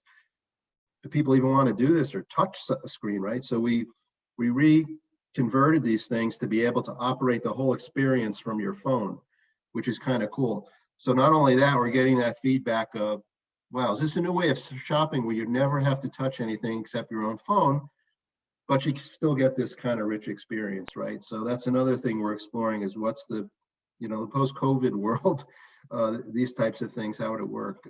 That's incredible. And you're doing that through real experimentation. That is just incredible. The other thing I would mention, and I can't say who at the time, but thanks to you, Will, and others at Plug and Play, and a big benefit for us has been the cross engagement with other corporates. Last year, we managed to get 2 of our product lines into one of your retail partners through that, something that we've never actually done in a big way in the retail environment, these products. These Bobbly kiosks, there's another Plug and Play member I was introduced to their head of innovation that supports Plug and Play. And we're about to ink a deal where we're going to put these same types of kiosks into their retail environment and looking at a hybrid model of in-store and that infinite shelf fulfillment opportunity, because they can essentially put stuff in their store and test it just from the kiosk, right? So, I try to look for those opportunities, and I would suggest that those that are working with the Plug and Play community leverage the other corporates as much as just sourcing the startups, right? Well, that is incredible. I'll have to have you back to talk more about that when you can. And you're really on the forefront. We've seen a lot of corporate to corporate collaboration, whether it is validating interest areas or putting things in market and new technology. So that's phenomenal. You mentioned having another, colleague or at least another peer, another retailer partner, head of innovation. We have in the audience other heads of innovation too from various partners. And I would ask, what other types of advice would you have for those teams, whether they're looking at case studies like you've done with Bobbly, or corporate to corporate collaboration, or whether it's just plugging into the ecosystem in general? What other tips or tricks do you have for those? Yeah, I know we have limited time, but just to highlight a few things.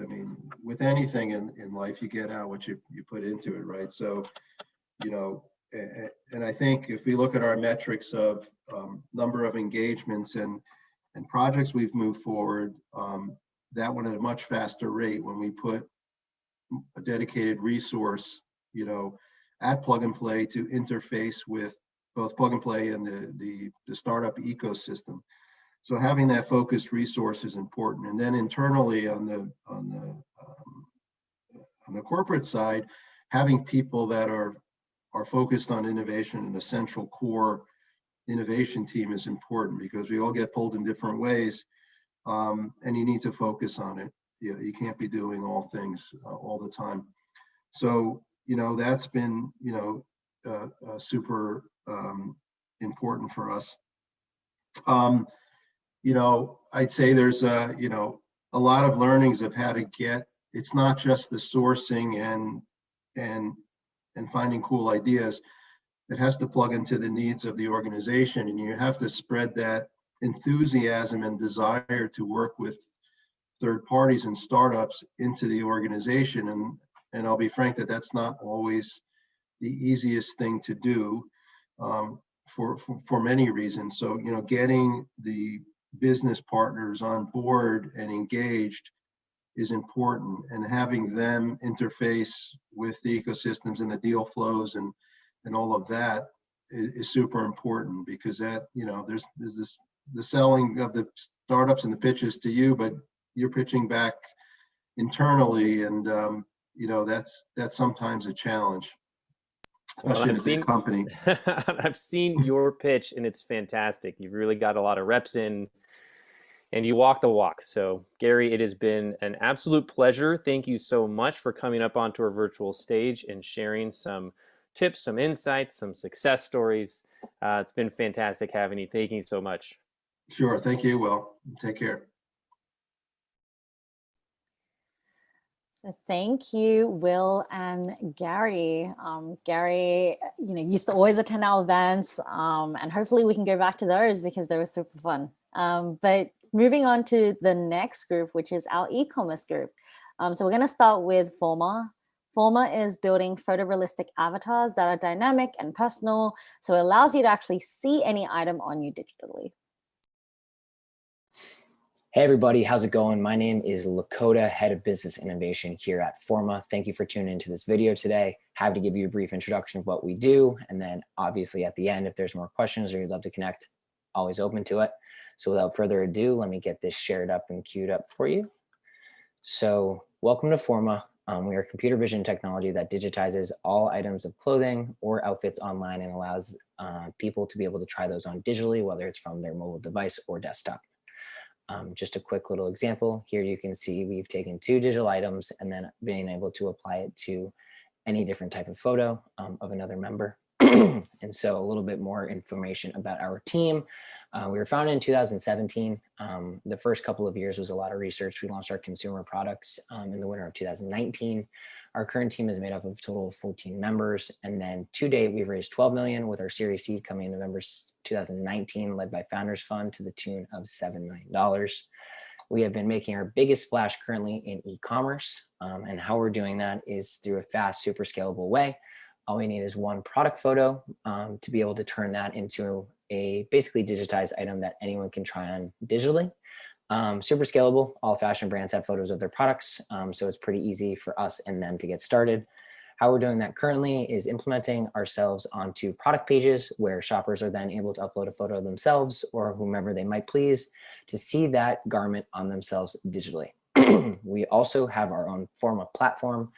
Here's where we have a lot of different fashion brands where people kind of curate their own closets, whether they're shopping for occasions, specific items, trying on all of those items, mixing and matching tops and bottoms to see different unique brands on themselves digitally before purchasing. We also have brands that are using our technology in store, right? Whether a shopper is unable to find the right size, or maybe they're out of stock in a certain color, a sales associate would actually take a picture of them in store, make that experience interactive, and then allow them to actually purchase that item online. The impacts have been overwhelmingly positive for us, whether it's conversion rates, average order value, lifetime value. We've also seen plenty marketing and social media value as well. And right now, our biggest importance is just raising more awareness and then also trying to work and complete more partnerships with more brands. My name is Lakota, Head of Business Innovation here at Forma. Thank you for taking the time. Hopefully talk to you soon. Bye-bye. Thank you. Thank you, Forma. So up next, we have Fabric, which is a headless commerce platform helping D2C and B2B brands utilize a flexible e-commerce platform designed for their needs. To recap, Fabric is a flexible, highly configurable, and API-first e-com platform that supports various use cases for brands. A brand that I'm going to hone in on today is ABC Carpet & Home. ABC Carpet & Home has been around for quite some time. They have both online and offline presence, and were faced with several challenges prior to working with Fabric. A couple of the key items here would be a small digital team, but the aspirations of growing in e-com. Second, they were faced with some of the integration challenges associated with other historical platforms offered in today's market. Another key piece here is not being able to make UX iterations and changes as frequently as desired due to the limitations with such platforms. What we did was assess their current state from a services perspective and identify the right solutions that we can bring to bear to solve for these key challenges. And what this translated to was a highly modular, flexible platform that supported their Omni Channel footprint. And we scaled revenue significantly, both online and offline. Because we are a flexible and configurable platform, we allowed them to make those UX iterations and changes as frequently as they desired, which allowed them to take the great content and digital assets that they sourced and invested in and apply those to their website and properties as frequently as they wanted. That ultimately drove engagement, dwell time on site, and increased influence, which attributed to these conversions numbers. Very excited at the work that we're doing with ABC Carpet & Home, And it's a testament on how Fabric's platform can support not just a digital brand that's looking to double down in e-com, but a true omni-channel, multi-million-dollar org that has limitations associated with other platforms.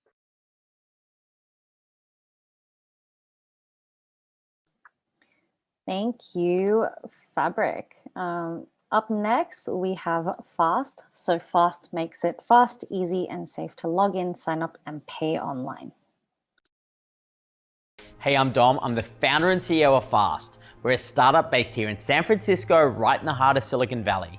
We're building the one-click checkout and one-click login for the entire internet with no passwords. This is the internet we've all been waiting for.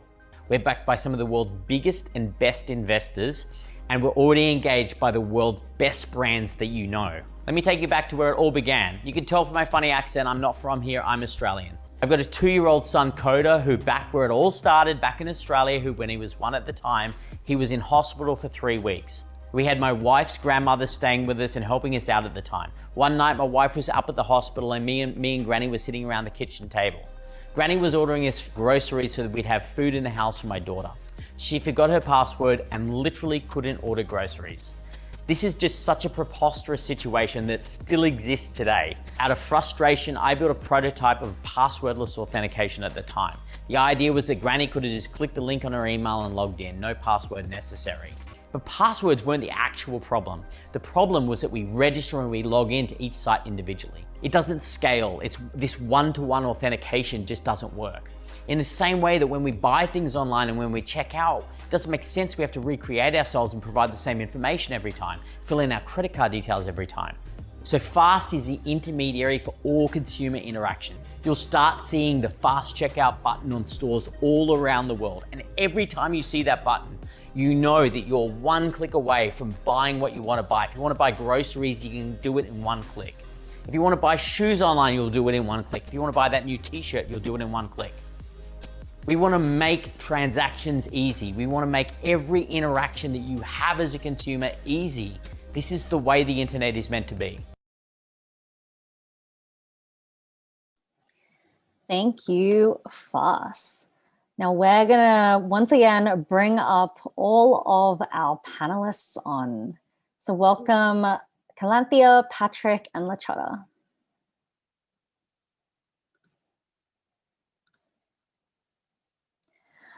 Awesome. Well, I think we have people here, or we might just be joining as we speak. I can see Lachota, Calanthea.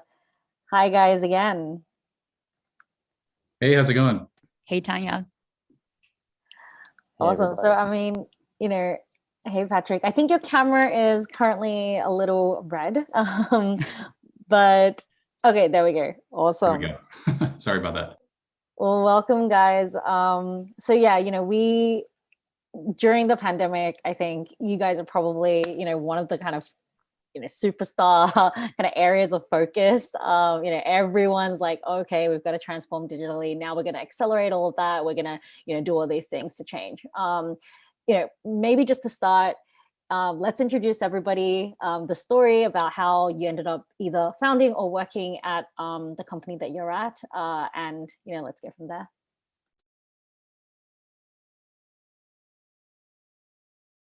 Perhaps we could start with Patrick. Sounds good. Yeah, so Patrick Hogan on the sales team here at Fabric. Super excited to be on the team and drive further innovation within the e-com space, specifically within Headless. Headless is now the buzzword that's being thrown around in e-commerce, and it's really a testament of providing flexibility, time to value, and reducing the redundancy and the constraints that brands would see with other monolith e-com platforms. So that really in and of itself is why the company was started, to solve for those challenges and provide the flexibility needed for brands to iterate on the fly and meet the demands of today's age of modern commerce. And going back to the Colgate discussion, kiosks and other forms of digital innovation are very much of the requirement from the consumer. So being headless allows us to speak to other channels and provide that flexibility and evolve in time with the demands. So that's really why the company was founded. Excited to unpack more. For sure, I'm going to get back to you on that because, you know, headless is definitely a huge buzzword, and I'd love to kind of, you know, get a little bit deeper there. But let's move on to Calanthea first. Thanks for having me here, Tanya. Hey, everyone. My name is Clanthea. I lead partnerships and BD at Fast. We are headquartered in San Francisco, and we're trying to bring one-click headless checkout to the entire internet. As e-commerce shoppers, I trust we all have experienced the frustration of checking out online, especially as we stay at home and shop plenty during the quarantine. You heard from the intro video, Dom created a passwordless fast checkout because his grandmother was not able to buy grocery when his kid was in the hospital. At the core of it, however, Fast is solving for the identity problem. One-to-one authentication, having to log into every site, having to submit your personal and payments information to every site simply does not scale. Consumers shouldn't need to submit the same information, filling the same details every single time when they try to shop online. At Fast, we're trying to make consumer identity and payments information portable. No matter where you want to shop, whether it's on the e-commerce side, on the publisher side, on the influencer blog, anywhere within the Fast network, we want to help you check out in one click. I think it's definitely a very valuable solution. I'm one of those people who has a different password that's like randomly generated for every single one of my logins, and it gets in very messy very quick. But yeah, I love that you guys are building this. And then maybe we can move over to Lachata. Hey everybody, my name's Lakota over at Forma. We kind of have a weird story, probably like every company of all time. Our founders are big video gamers. So what they wanted to do was create photorealistic versions of themselves that they could take into video games. The first step to doing so was creating 2D photorealistic avatars. And then it kind of really just got swept up by fashion pretty quickly and got adaptable. And so that's just really been our focus now over the last couple of years. And there's a lot of just interesting things we're finding out about people being able to see themselves digitally in clothing items, right? You can kind of think how there's a lot of stores that don't even have storefronts, right? There's a lot of just different situations where people don't even have the ability to try on clothing even if they wanted to. And then right from sustainability reasons to model inclusivity and diversity reasons, we're kind of figuring out how we can kind of really engage brands and customers a little bit more personally, but then also from a greater standpoint across all different spectrums across the world in shopping. For sure. Apologies for butchering the name. You're not the first, you're not the last, so no worries. As Dom says, we have a funny accent, so apologies for that. But no, yeah, super awesome, solution. I feel like I've needed that so many times in the past. But maybe to start off, how has the pandemic affected your businesses, right? You guys are kind of in this like hot space. What's been happening? I'll just go in reverse order maybe. So for us, right, a couple years ago, right, kind of like any startup, we would reach out to a lot of different fashion brands and different people to try to get them to kind of use and even just test out what we're doing. And right, like always, not a lot of answers, not a lot of responses. And then people who say like, this doesn't really make sense, or this is not something on a roadmap. Fast forward, there's a pandemic, fashion brand stores are closed, people can't try on clothing, people come crawling back into the inbox saying, hey, like, we're interested in maybe testing this kind of solution. So the pandemic was like a good time for us, right? Most e-commerce, it's kind of like, right, it's tough to say that out loud a little bit. It's kind of like a double-edged sword, but I think it kind of made at least the people that we work with focus on kind of, right, what they can do with digital, what they can do online. And then I think also what we're learning from some of our brands is that even though some stores are opening up, a lot of shoppers are just remaining digital. Right. It's something that they become more comfortable with. A lot of people have put a lot of resources into there. So I think really just expanding and trying to still innovate on the concept of getting better digitally is kind of what's helping us, but then also helping our current partners at the same time.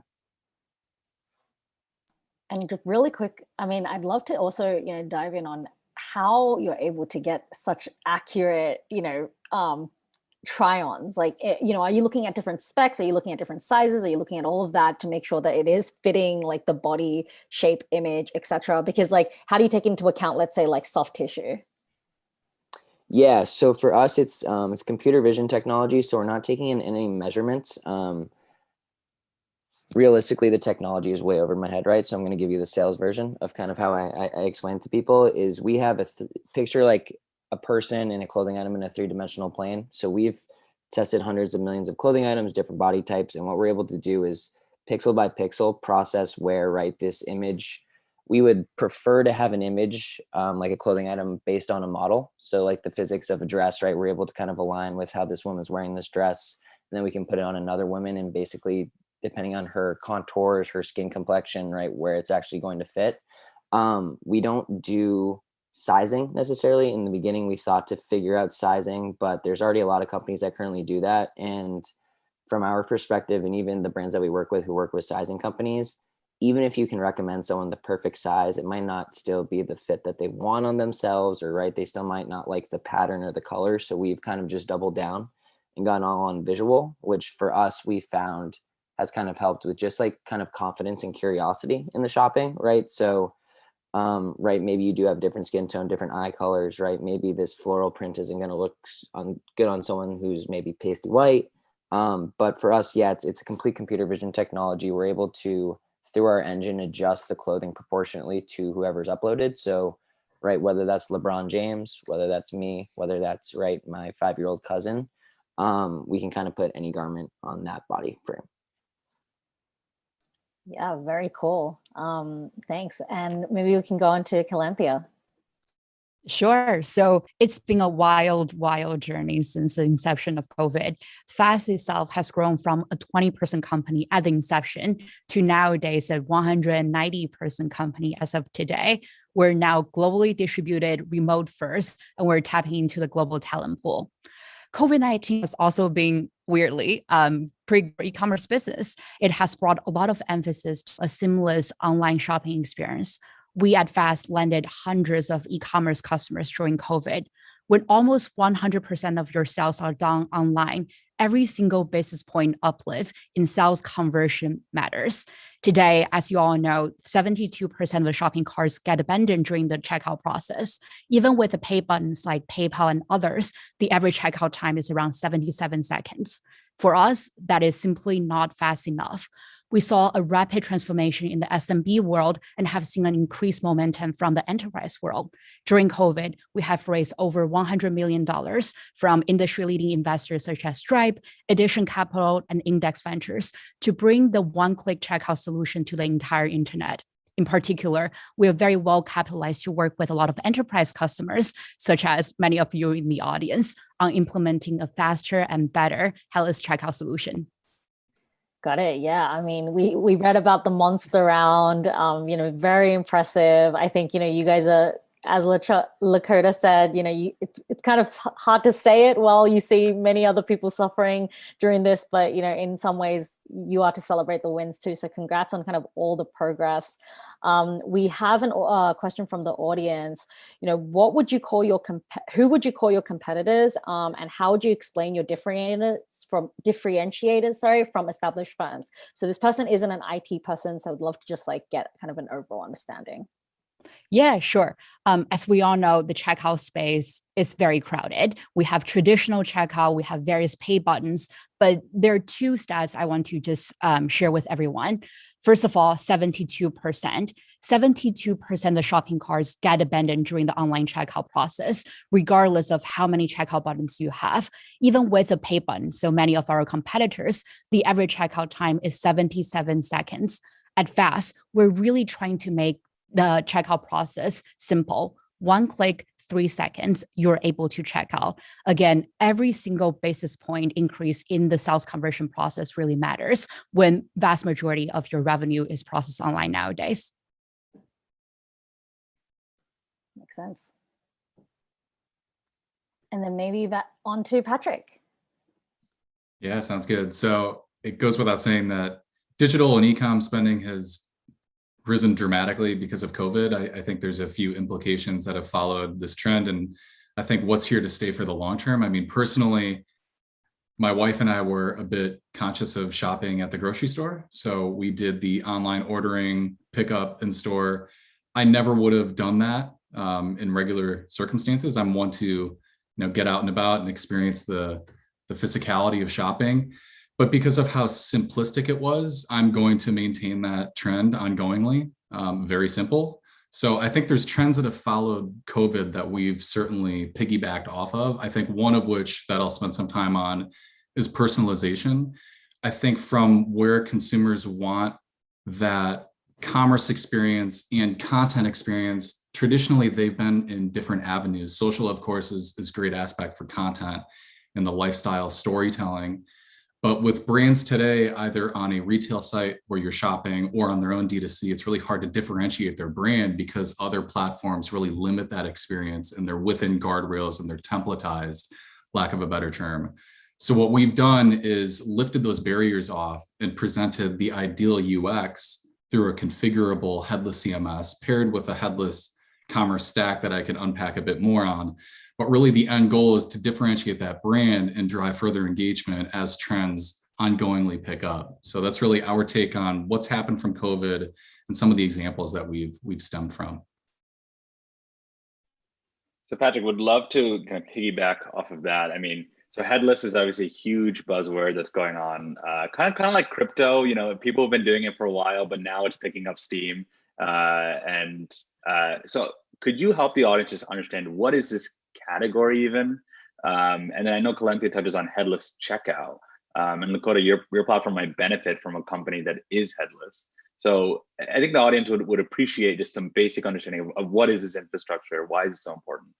Yeah, absolutely. Great question. So headless in its simple definition is separating the front end from the back end. So the back end inner workings of an e-com stack would be price, payment, checkout, all of the inner workings on how a transaction, discoverability, and all of the skeleton, so to speak. The front end is that storefront, the website, that experience that I alluded to. The reason why you would want to separate it and be headless is so you can make iterations at the UX level without compromising and going through a full reworking on back end and front end.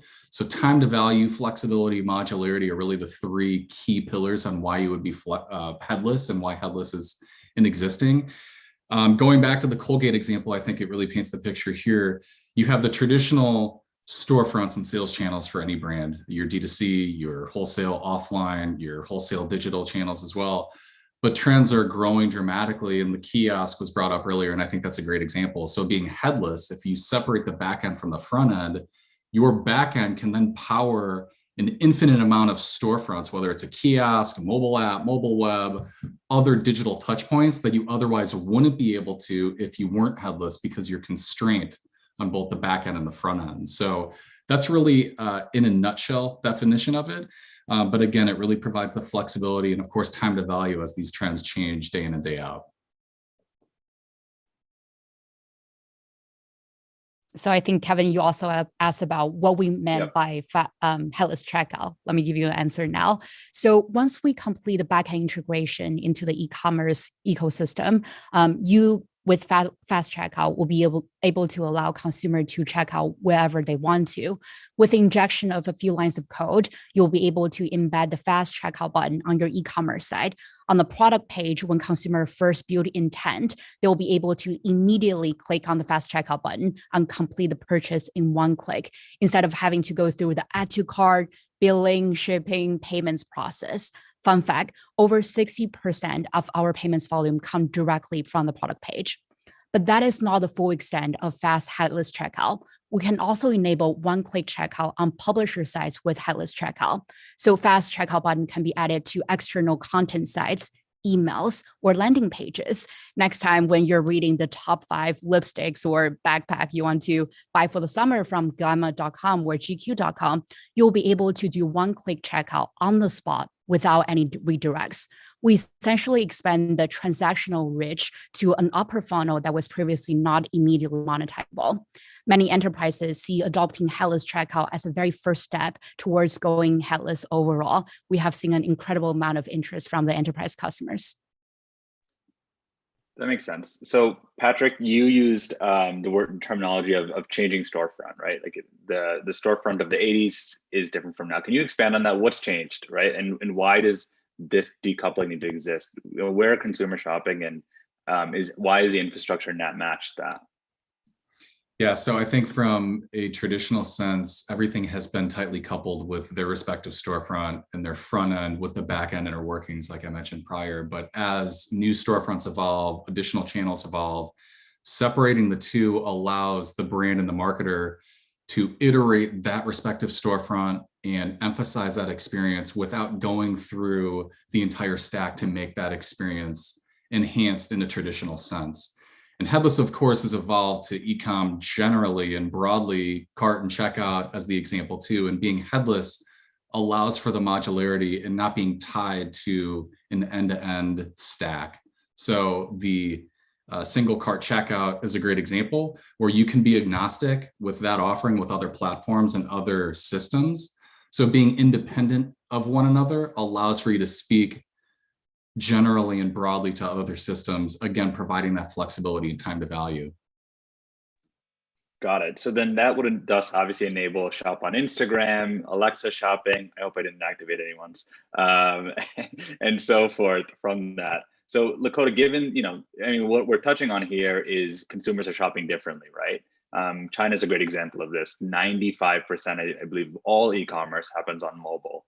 And consumers are often discovering platforms via Instagram, via WeChat, etc. And to Calenthia's point, they want to transact then, and they want a seamless checkout. So how does your platform, incorporate that into the product experience? Yeah, definitely. So since we kind of have like two verticals within our business, right? We either like white label and integrate into a fashion brand's like PDP page, or we have a consumer app with 1 million users on there, which is kind of our own platform where people can use their mobile device, similar to, like you said, that's the biggest portion of our users, right? People who have photos of themselves on their phone or who just want to snap a photo real quick. But a lot of the fashion brands that we work with, like, I feel like Omni Channel presence is still really big for them. And so Headless is kind of helping that consumer experience. And to Patrick's point, a couple of the brands that we're working with are trying to really kind of separate the front end and the back end in many different ways. And it's kind of hard.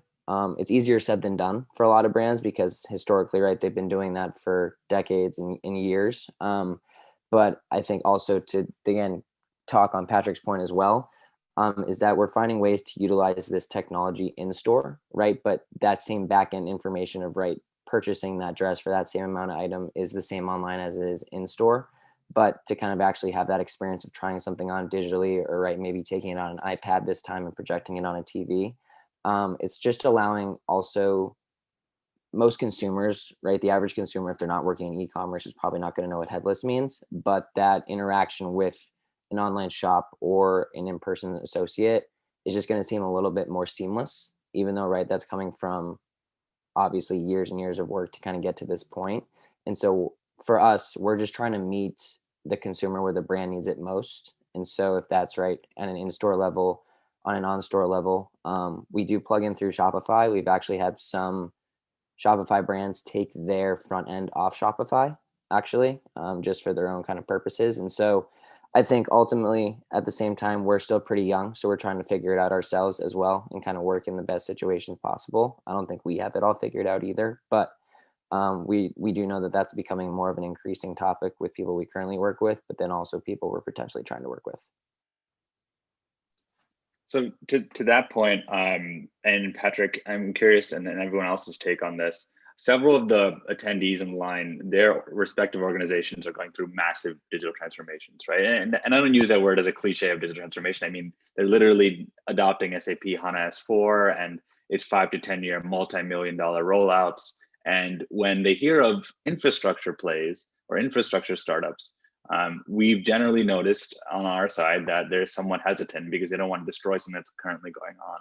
So I'm curious on all three of your narratives on when you get that kind of feedback, how you play into that. Yeah, absolutely. So it's funny because on our title slide with our sales decks, the phrase is the end of replatforming. And that speaks to exactly that point on the negative connotation with going through an ERP upgrade or an e-com platform restructure, replatform. Since we are flexible, we're truly headless, again, being able to decouple all of our bells and whistles to speak specifically to what the use case is in front of us. That allows us to be flexible and not be pigeonholed within a replatform conversation. On the tech side, we're API first. So we're truly flexible and we have pre-integrations already established. So if by chance a customer wants to use a certain payment method, great. We have a lot of those connections already established. So we don't have to go through the integration to integration process that otherwise would be present on a traditional replatform. So with that said, we also have a crawl, walk, run philosophy. So since we have this entire stack, we have all of these offerings, we want to first drive immediate value and then grow into that partnership in time. That allows us to be effective on day one while highlighting a partnership roadmap and really going against the 6, 9, 12, 16 plus month replatforming on really all ends of the map software related. I completely agree with Patrick. I think flexibility is really the impetus behind the movement to Headless. At Fast, in the back end, you can very easily integrate with our system through an API integration. On the front end, you just need to inject a few lines of code, and then you can allow your consumer to check out wherever they want to, whether it's on the PDP, on the cart page, on the checkout page, or on an external site. Yeah, us as well. I think that's been our claim to fame, actually, and kind of like a big reason for our investment and everything is like our scalability. We're API first. It's really just a simple JavaScript snippet into the product page. We really don't interact with any other parts of the website. For no matter where someone is in replatforming or other maybe technologies that they're integrating. Generally for us, it's maybe a couple hours of work for one developer just to put into a product page. 95% of all fashion brands have a product page. And so for us, those same 95% of brands already have those product photos. So we just naturally ingest those ourselves. So once that product page is, or we're snipped into that product page, it's really hands off for the brands that we work with, I think, which has been kind of the biggest thing for us is and probably as Cynthia and Patrick kind of go through the same conversations, there's always things going on, No one's ever ready to implement your tool. No one's waiting for you to reach out to implement your tool. So I think in just being in e-commerce before Forma, I think the easier you can make it for someone you're trying to work with, I've seen the more successful a partnership is, but then also for you to get started.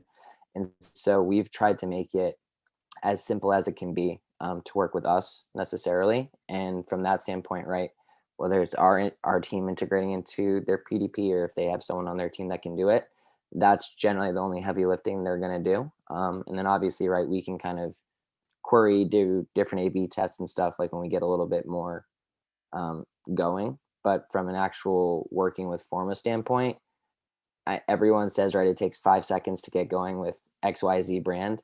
Probably takes us literally 5 seconds to get going. So we obviously can still improve ourselves, but from everything else that brands, especially those big brands that you're talking about that go through these years of transitions, all these different requirements have to go through legal for months and everything. For us, we try to avoid all of that because all the resources they already have available to us, and then we just got to implement that way. Yeah, I love it. I love how quick you guys are able to implement. I think that's definitely, a common theme across the top performing startups, how quick you can get kind of set up. I guess I wanted to finish off with maybe one last question. And, this is more, we just got on the in-store team, the in-store Omni Channel group. Their vision for the world is that it's going to be kind of linked, but, the store is still going to have a huge kind of influence on the world. What are I guess I would say that your visions are slightly different, and I would love to hear it from you guys.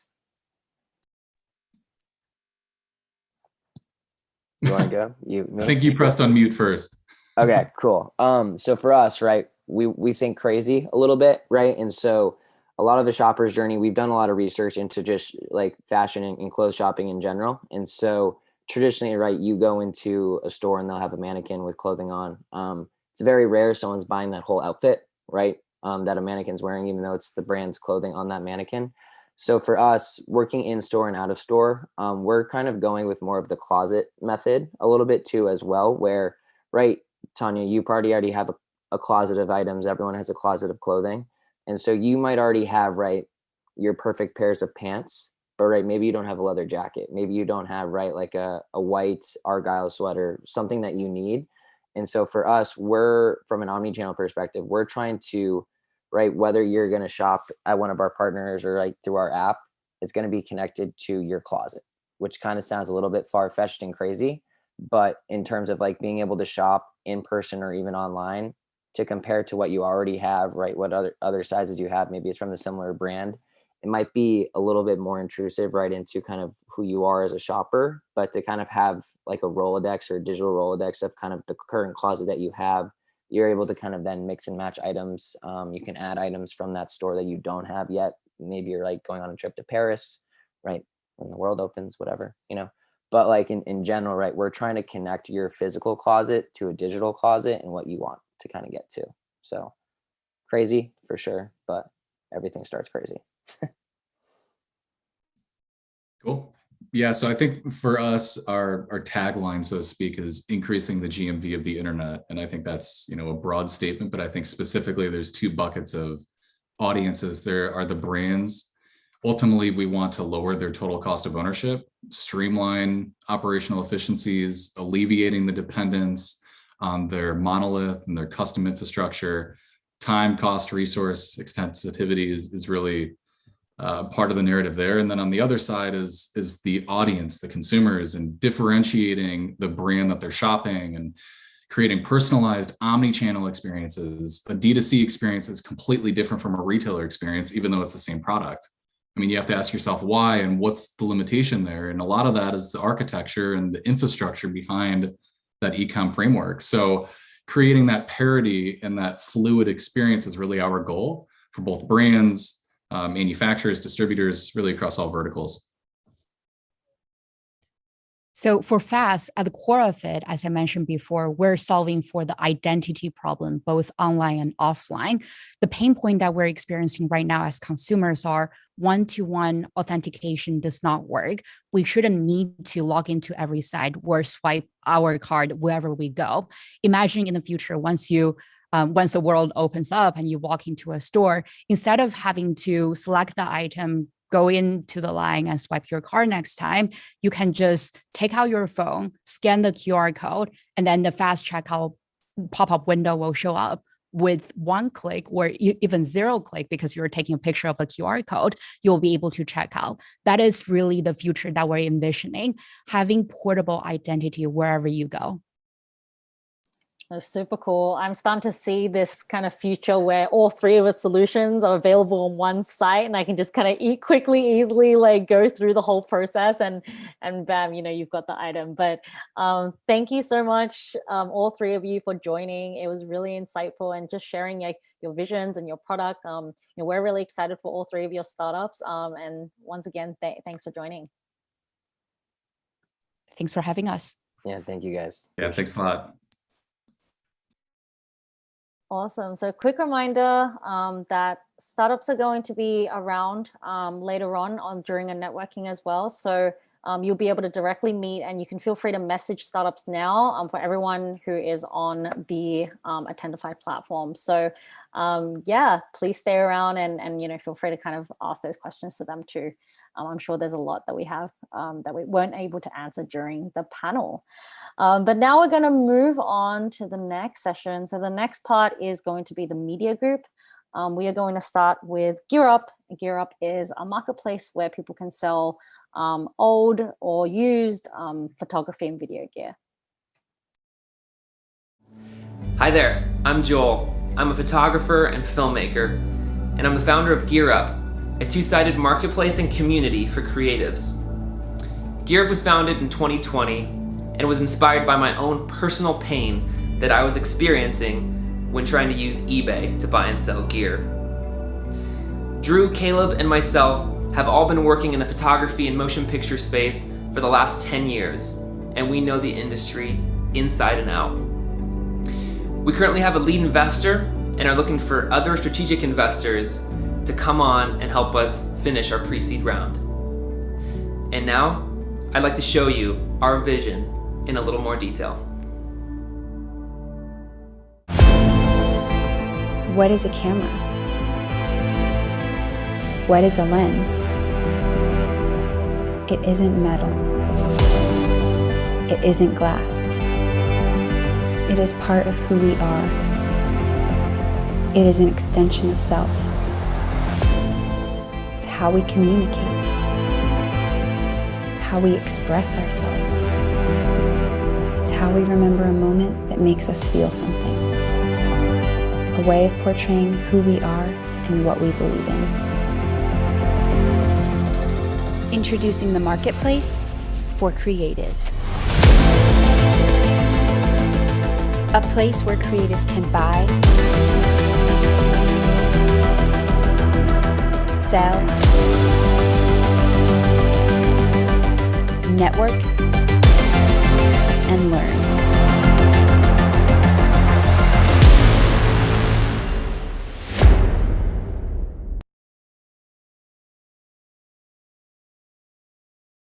Awesome, thank you. Gear up. So up next, we have Catch and Release. Catch and Release essentially empowers brands and advertisers to source and license visual content from anywhere on the web.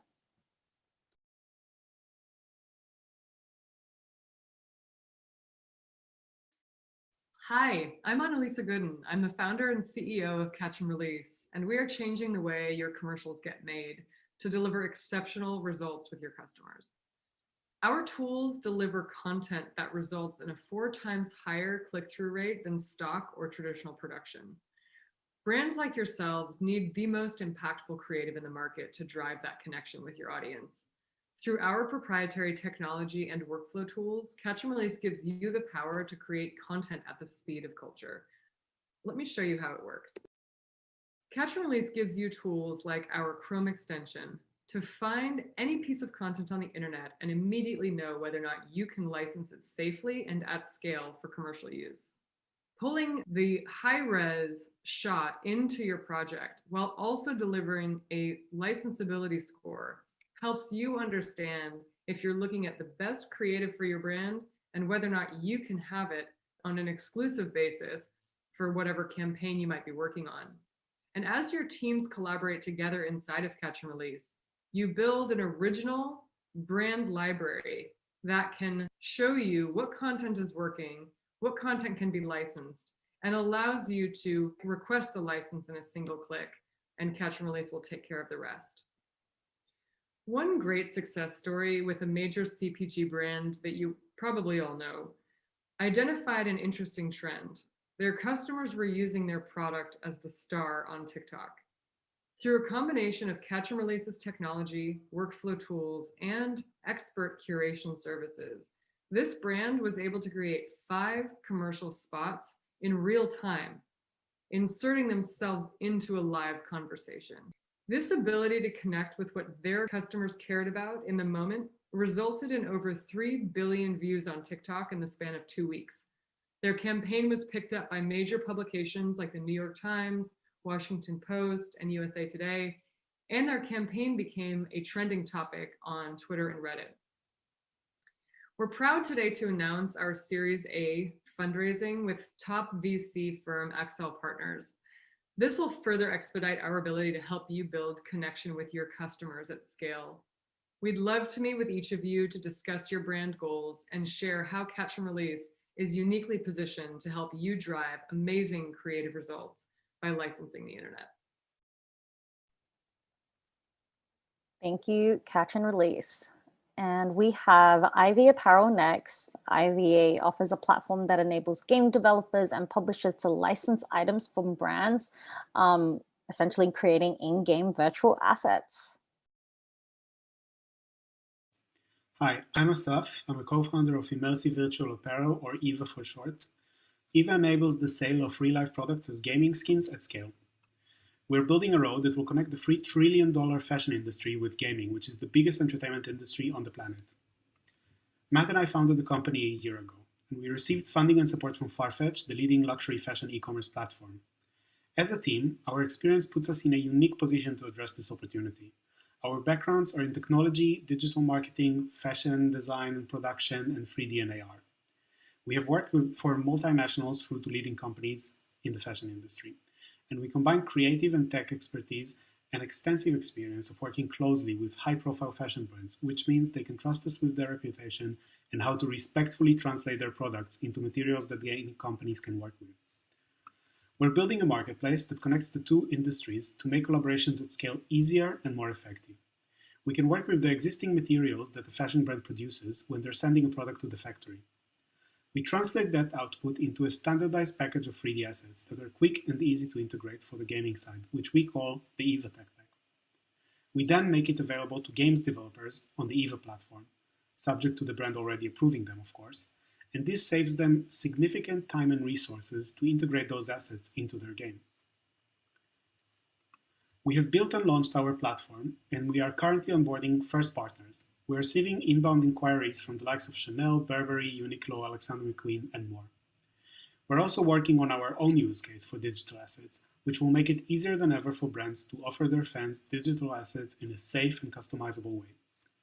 So, if you're a brand that is interested in bringing your IP into virtual worlds, or an investor in this space who is interested to join us in revolutionizing the fashion and lifestyle industries, we would love to speak to you. Feel free to reach out by email. Thank you for your time. Thank you, Eva Apparel. Up next, we have Clash, which is a social video app with tools for creators to earn a living.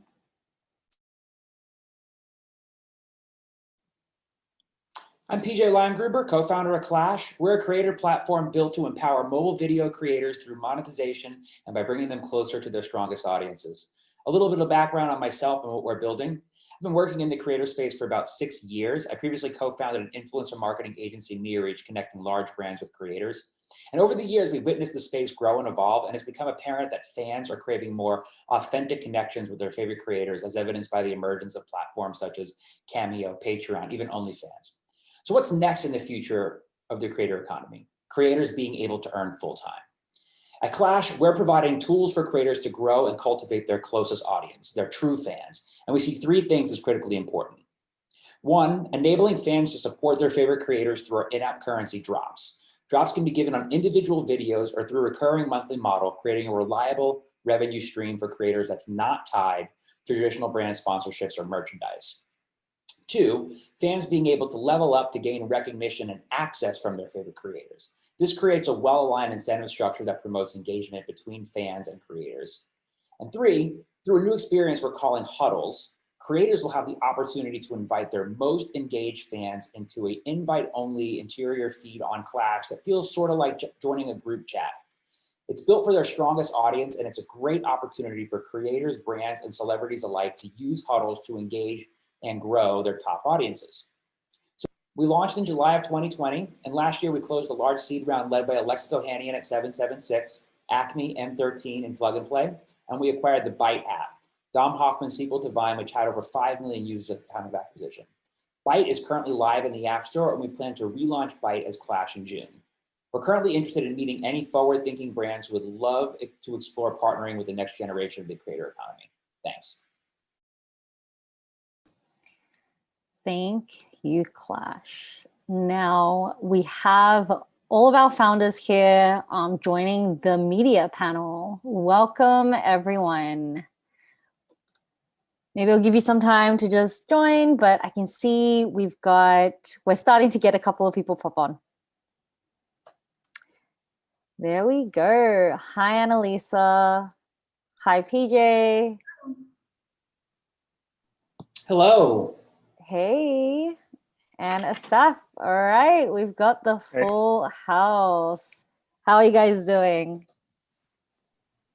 Really good. Got my second vaccine yesterday, so if I'm a little cloudy, that's why. I got mine as well, actually, on Monday, so I feel your pain right now.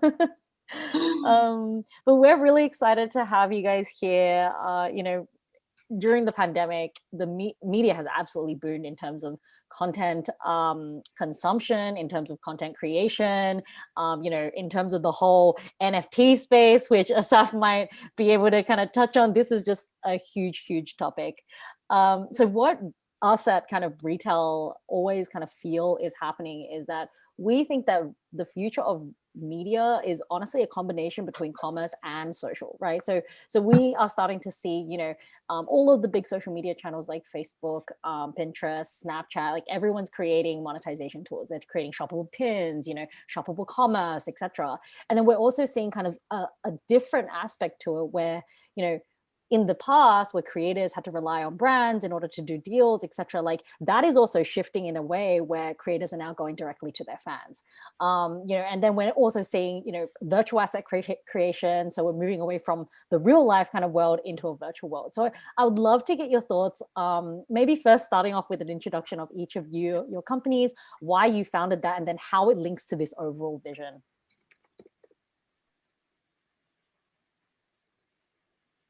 We can start with Annalisa.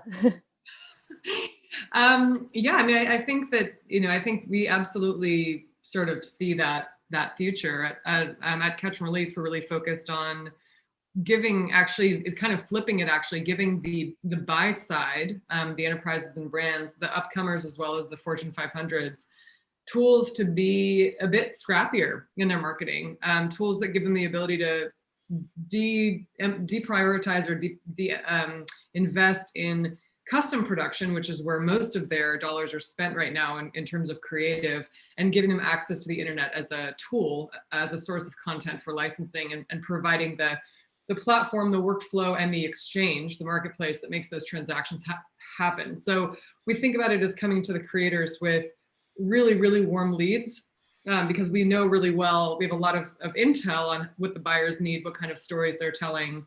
And there's sort of a call and response that goes on there too. I mean, brands don't just need to create this content quickly. They actually need insights on what their consumers respond to and how, what kind of creative moves them. And so that's really the area that Catch and Release is focused, but I absolutely see where that plays a huge role in the future of the media landscape in general. See Catch and Release as kind of the plug and play, the way that we do corporates and startups, and you guys are doing it for brands and content. Well, matchmakers, right? It's about really understanding what the market needs and then reducing friction for the supply to meet that need, and making sure it makes it a very elegant transaction. Yeah. For sure. And there's just so much content being created that is going unused, right? So it'd be great for tools like Catch and Release and Clash, who are helping creators actually monetize off the great and really high quality content that they're making. So maybe we can actually lead on to PJ and your view of the world. Sure. So, Uber and DoorDash, and they a couple of years ago, they enabled this whole thing called the gig economy, which was now people, could pick up their smartphone and work. And with Gen Z and with younger emerging audiences, we see this with the second wave of being the creator economy. So we see a lot of people aspiring to be content creators full time. And if you look at companies, like Netflix and the streaming platforms, they look at their biggest competitor, not the other competing streaming platforms, but actually social, because people are spending just as much time now engaging in social media, watching TikToks and Instagrams as they are, watching traditional media on their phones, like, through Netflix and Hulu and Disney Plus. So what we're really thinking about is like, what's the next generation of the creator economy as more and more creators are being minted on these big platforms? How are they able to earn a living? And right now it's sort of limited to brand partnerships or merchandising deals or doing things off platform, like, hosting concerts and events. So it works really, the system is not necessarily broken for the top creators, the brand name creators, but for everybody else, the remaining 98%, there's really no clear path to monetization for them. So what we're really looking at is, how can we focus less on a creator's, overall fan number, their large following, and really hone more in on their true following. And even if it's even if it's somebody that has 1 million followers on TikTok, but 150 followers that really love them to the point where they'd be willing to, donate $2 a month so they can, get supported and keep creating. That's really the new alternate future we're trying to create on Clash. And as I said, as more and more creators come online and more creators start to think about, what they want their career to be, a career as a content creator could be a reality, assuming they could be fan supported. For sure. And I love that vision. I mean, we're starting to see, Patreon, Substack, sort of all these kind of new, direct monetization platforms pop up. But then, where do you kind of see brands fitting in? If creators don't have to rely too much on brand deals or these are kind of previous historical traditional methods of making money, how do brands fit into that new world? They actually fit in really well. So in the traditional brand sponsorship model, it goes brand to creator. So the brand pays the creator, and then the creator broadcasts that message to their audience. And if you're following that creator, you'd see that message. We're really thinking about really flipping the model on its head and going brand to fan and then fan to creator. So one thing that we're exploring on Clash is brand partnerships where brands can come on, become a platform sponsor of Clash, and then that revenue that would then, that advertising revenue then gets divvied out to fans, and then fans can collect a small amount of that revenue, not cash it out, but instead use that on Clash to then go back and give to their favorite creators. So, a fan can claim a small drop from Nike and then go give their favorite sports creator, a $2 tip that was, then sponsored by Nike. So we're really looking at how can we completely flip this model, which is why we're really interested in partnering with brands that sort of share in our vision for the future of the creator economy and want to power the next generation of creators. Yeah, that's really cool. That that kind of model is being flipped. We're starting to see also, for example, fans support their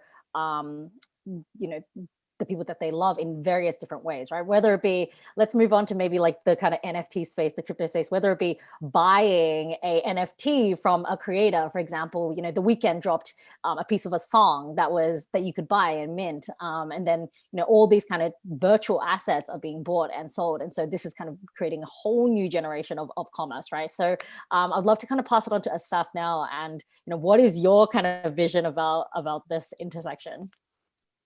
Yeah, I mean, I think it's an amazing time to be operating in this space.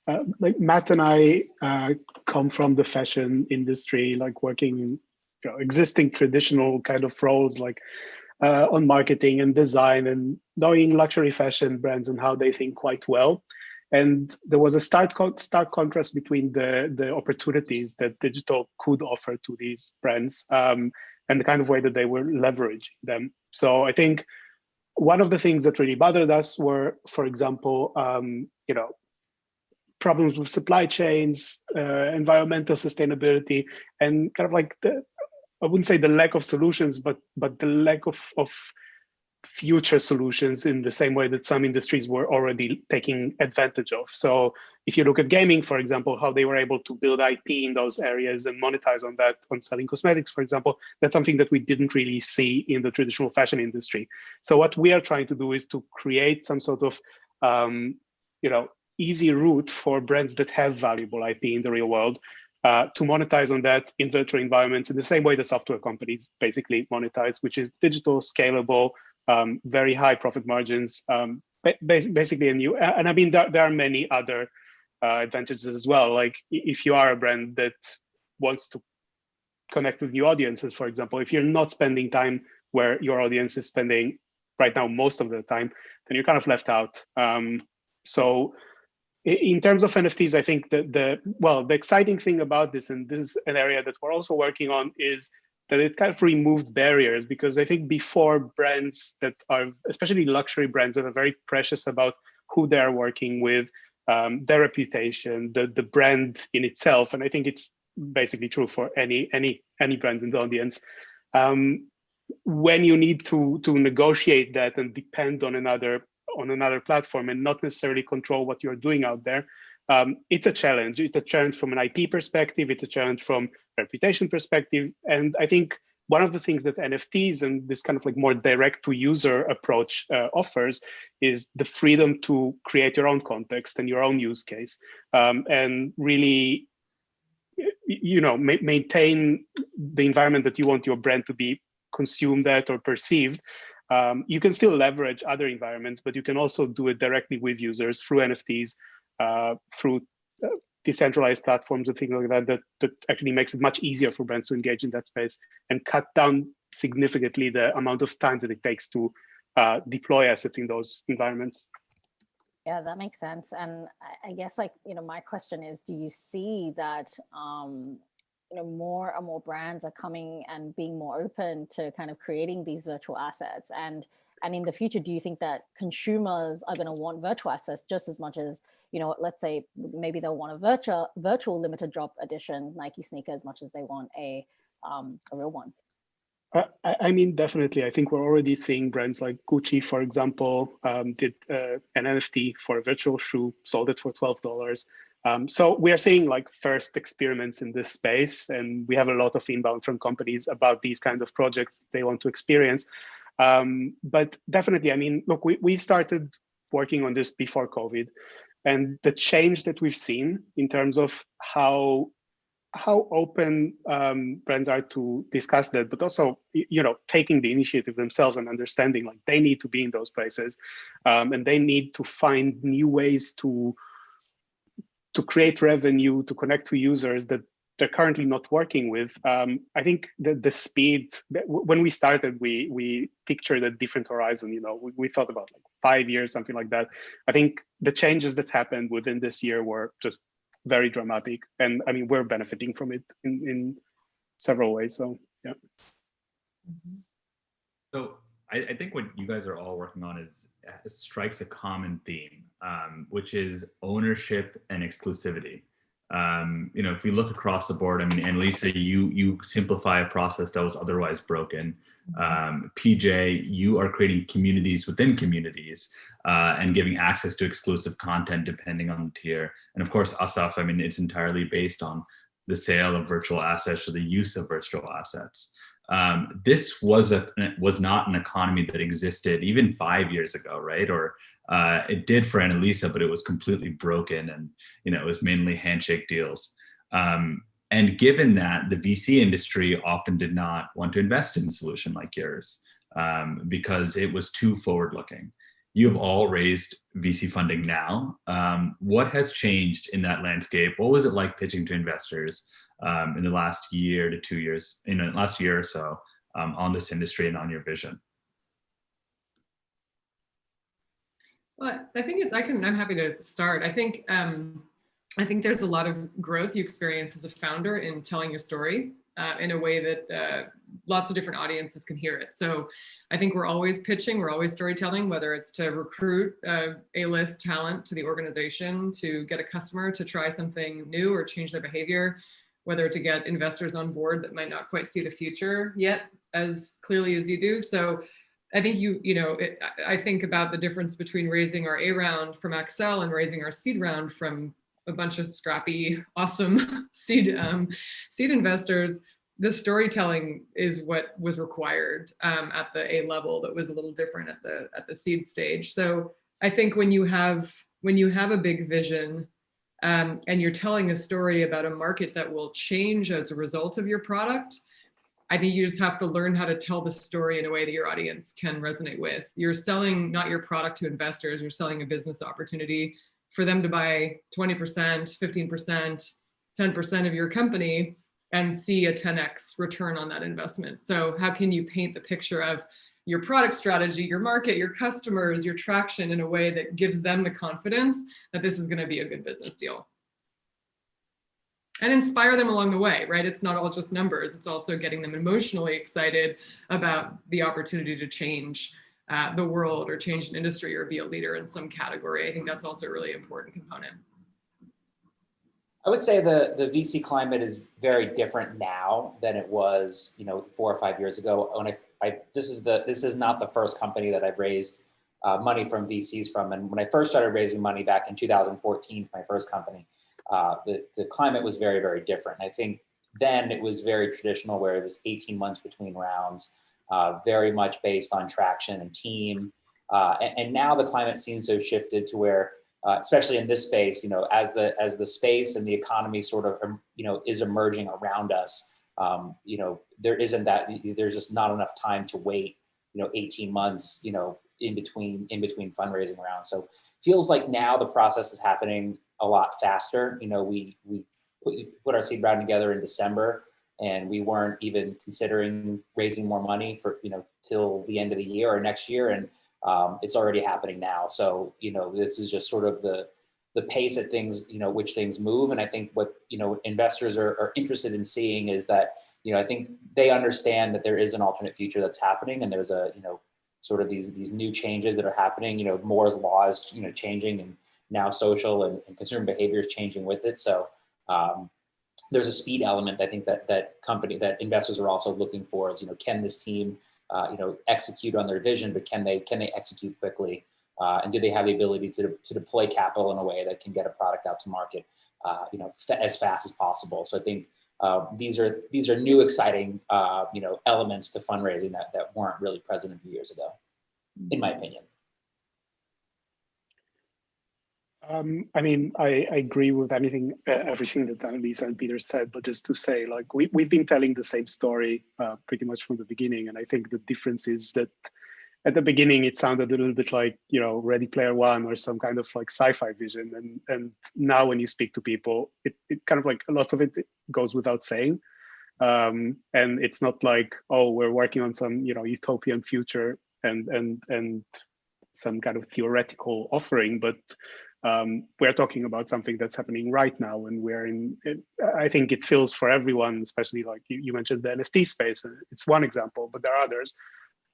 You're kind of like at the beginning of very steep exponential growth curve, and the result of that is that there's a lot of inbound, and people understand that this is something that is actually happening. Interesting. Yeah. So same question, but have brands, has it been easier, harder as you speak to brands now versus, let's say, when you started the company, in terms of evangelizing them on the vision and why your product is so relevant? I can say that for us, it's a completely different conversation. It's between, well, I think on one level, it's between like the people within the company that you speak to, because if it's with an innovation team that's thinking 5-10 years ahead, or people that are more focused on existing integrations, it's the length of the conversations. So how long does the sales conversation take? How eager the other side is to close. And also, I think what we are dealing with is complex on the IP level. And I think there has been a lot of challenges around trying to adapt that into, something that an industry that doesn't really know the world of app stores and digital assets sold to end consumers and the kind of regulation that there is around that. We are in a different place now, in that there is a leap that some brands need to make in how they're used to work and how this kind of economy would work. And I think there is more willingness to bridge those gaps, to make those leaps, and to go into a place where they haven't had to, to kind of like find answers for questions that they haven't had to deal with before. And this, of course, makes the conversations much easier, because that used to be more of a barrier than it is now for us. Yeah, I would definitely agree with that. I think 70%, I believe, 70% of buy decisions are based on fear of loss versus on hope to gain. And so thinking about how I think through what brands need and how those needs have evolved is, what are they afraid of losing? What are they afraid they're not going to be ready to do in 18 months, in 12 months? What keeps them up at night? What are they concerned is missing from their strategy that would give them a leadership position in the market? So we spend a lot of time thinking about that. What are they afraid to lose? And how does Catch and Release fit into that solution for them? Not as what they stand to gain, but what they actually stand to gain is to not fall behind in market.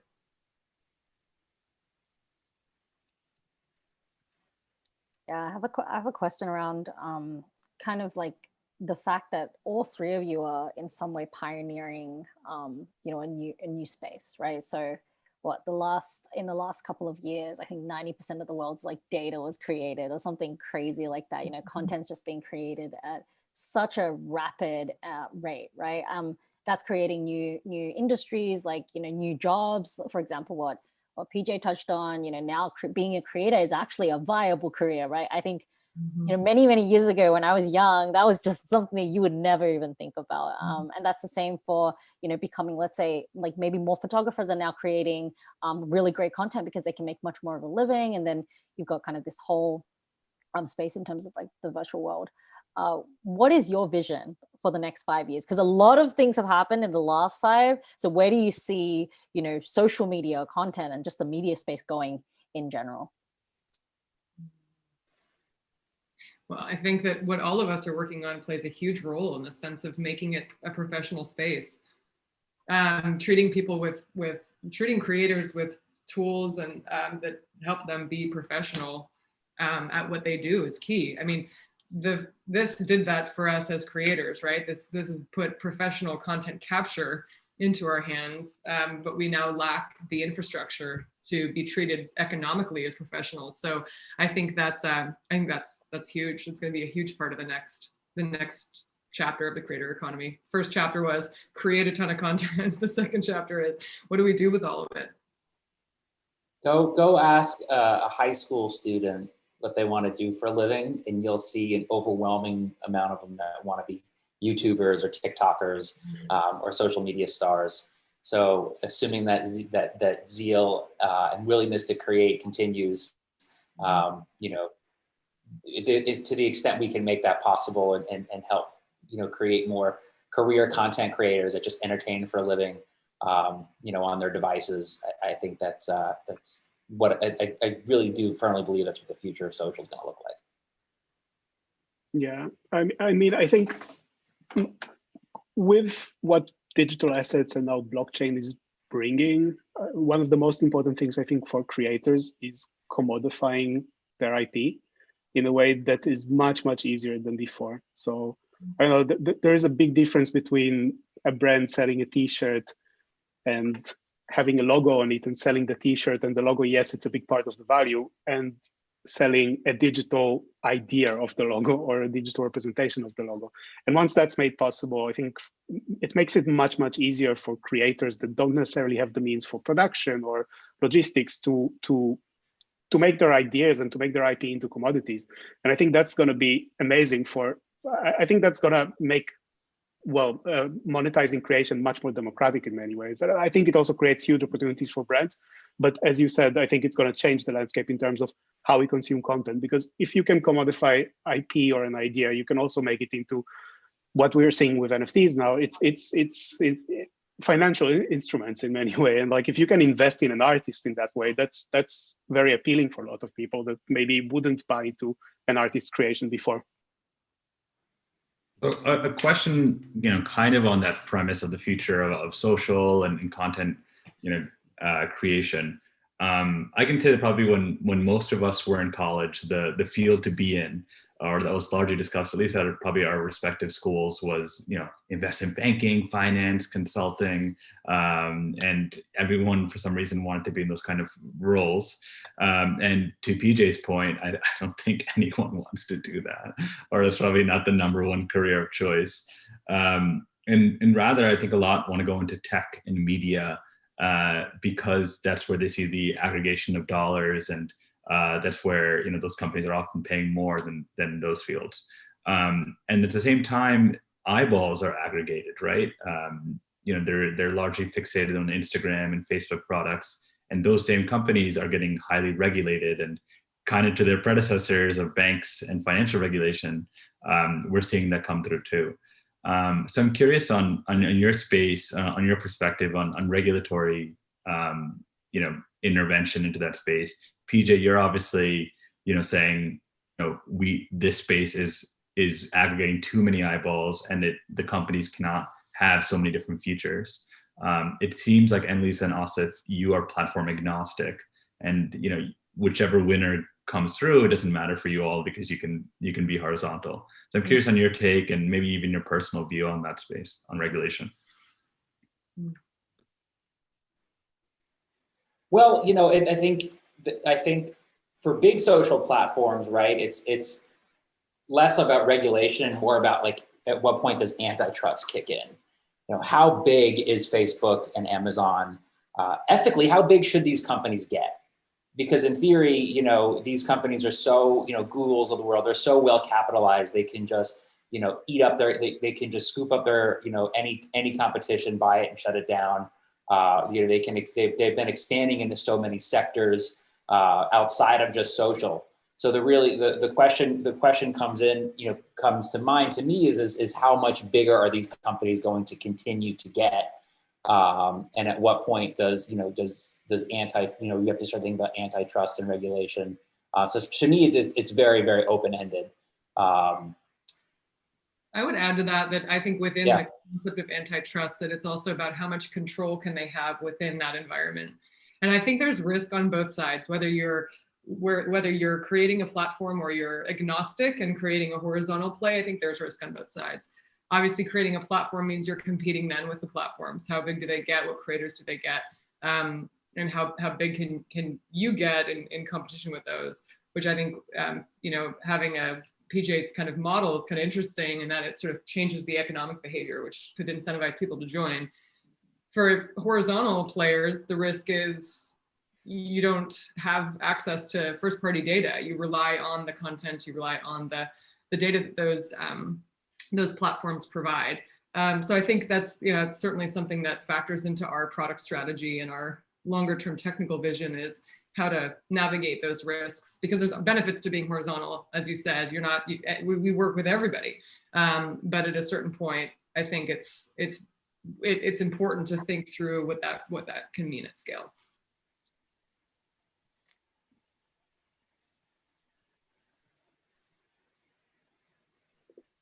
Then maybe Asaf, would love to kind of get your thoughts on the regulatory space as well, especially in terms of the buying and selling of virtual assets. Let's say if I buy a Gucci virtual asset and then I sell my Gucci virtual asset for more, how would that dynamic work?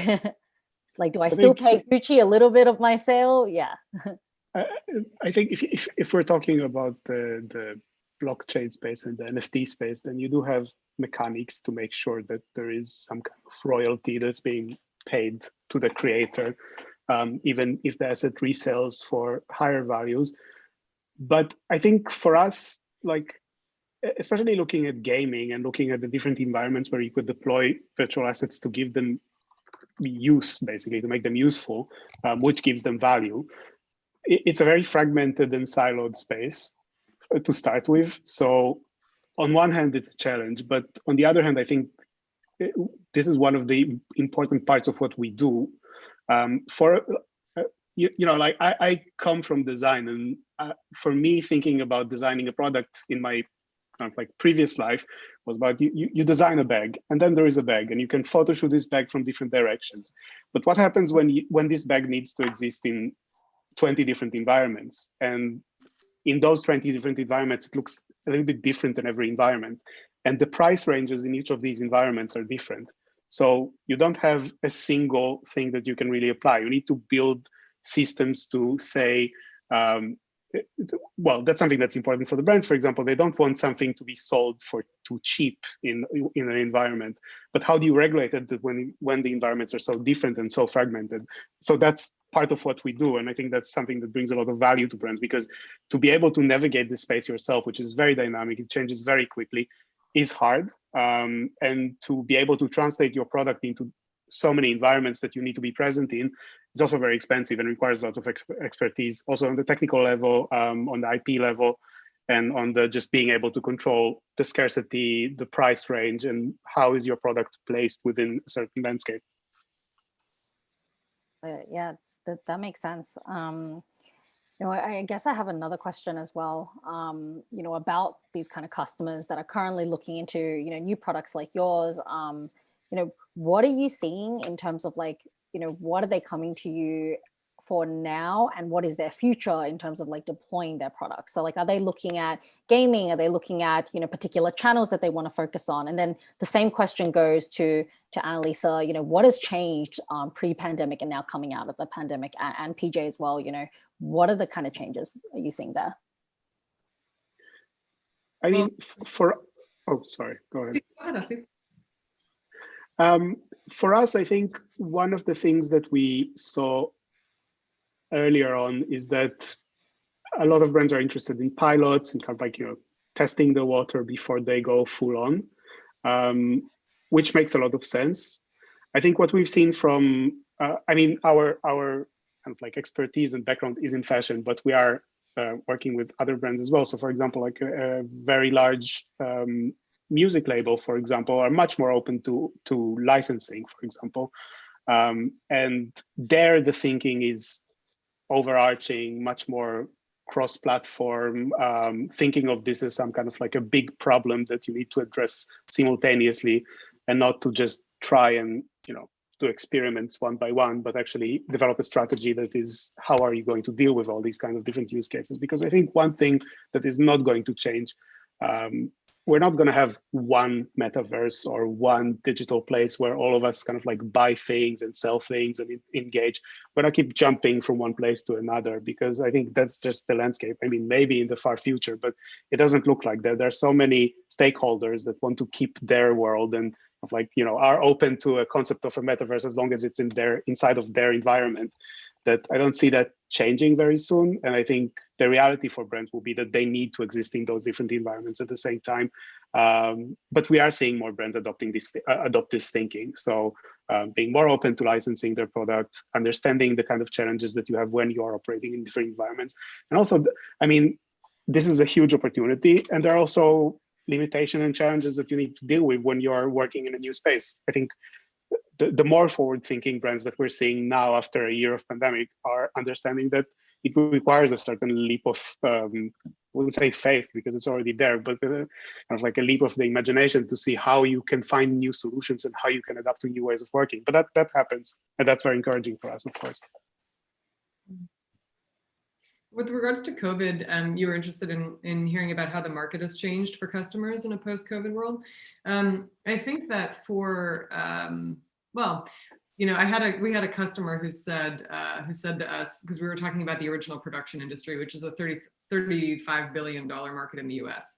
The cost of getting a director and a cast and crew and cameras to go out and shoot on location, they're spending about $33 billion doing that today. And it's fun. Right? You get to go to Bali, you get to go to South America, you get to go to South Africa, you get to go to the desert and shoot, right? But it's extremely expensive and it takes a lot of time. It's anti-agile. And so one of our customers said to me, he said, nobody wants to leave the party early, but when the party gets like raided by the cops, you got to go. And that was his equivalent to what COVID did. There was this, everybody knew it needed to change. Everyone knew that this was not sustainable, that this wasn't setting brands up for agility and scale of creative in the future. But they weren't electing to leave on their own. COVID sort of forced their hand.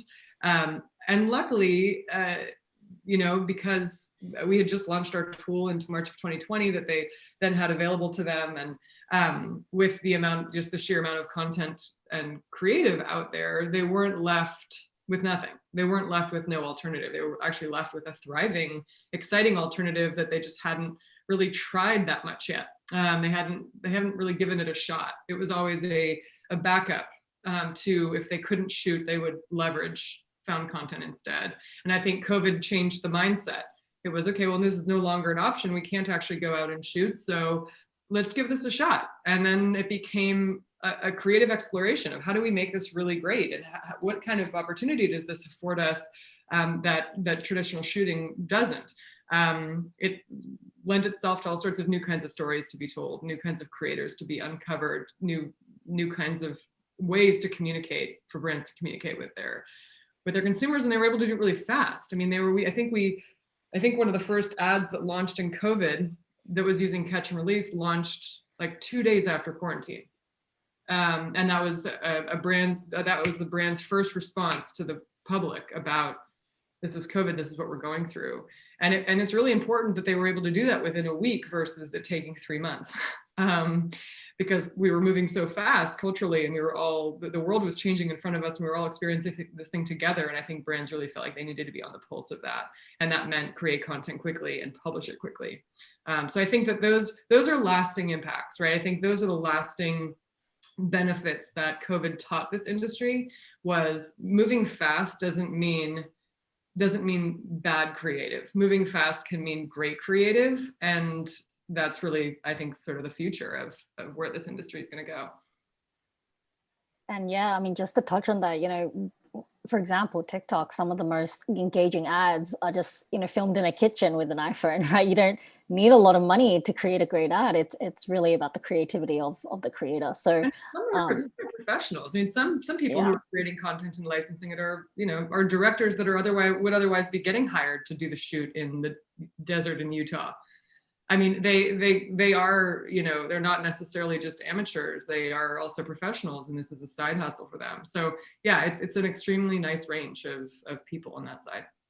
Yeah, that's awesome. And maybe PJ, to you as well, you know, like at the beginning, I'm sure, you know, people were kind of, yeah, like we like Instagram, it's great. And then now I mean, TikTok, Instagram, Snap, you know, yeah, it's good.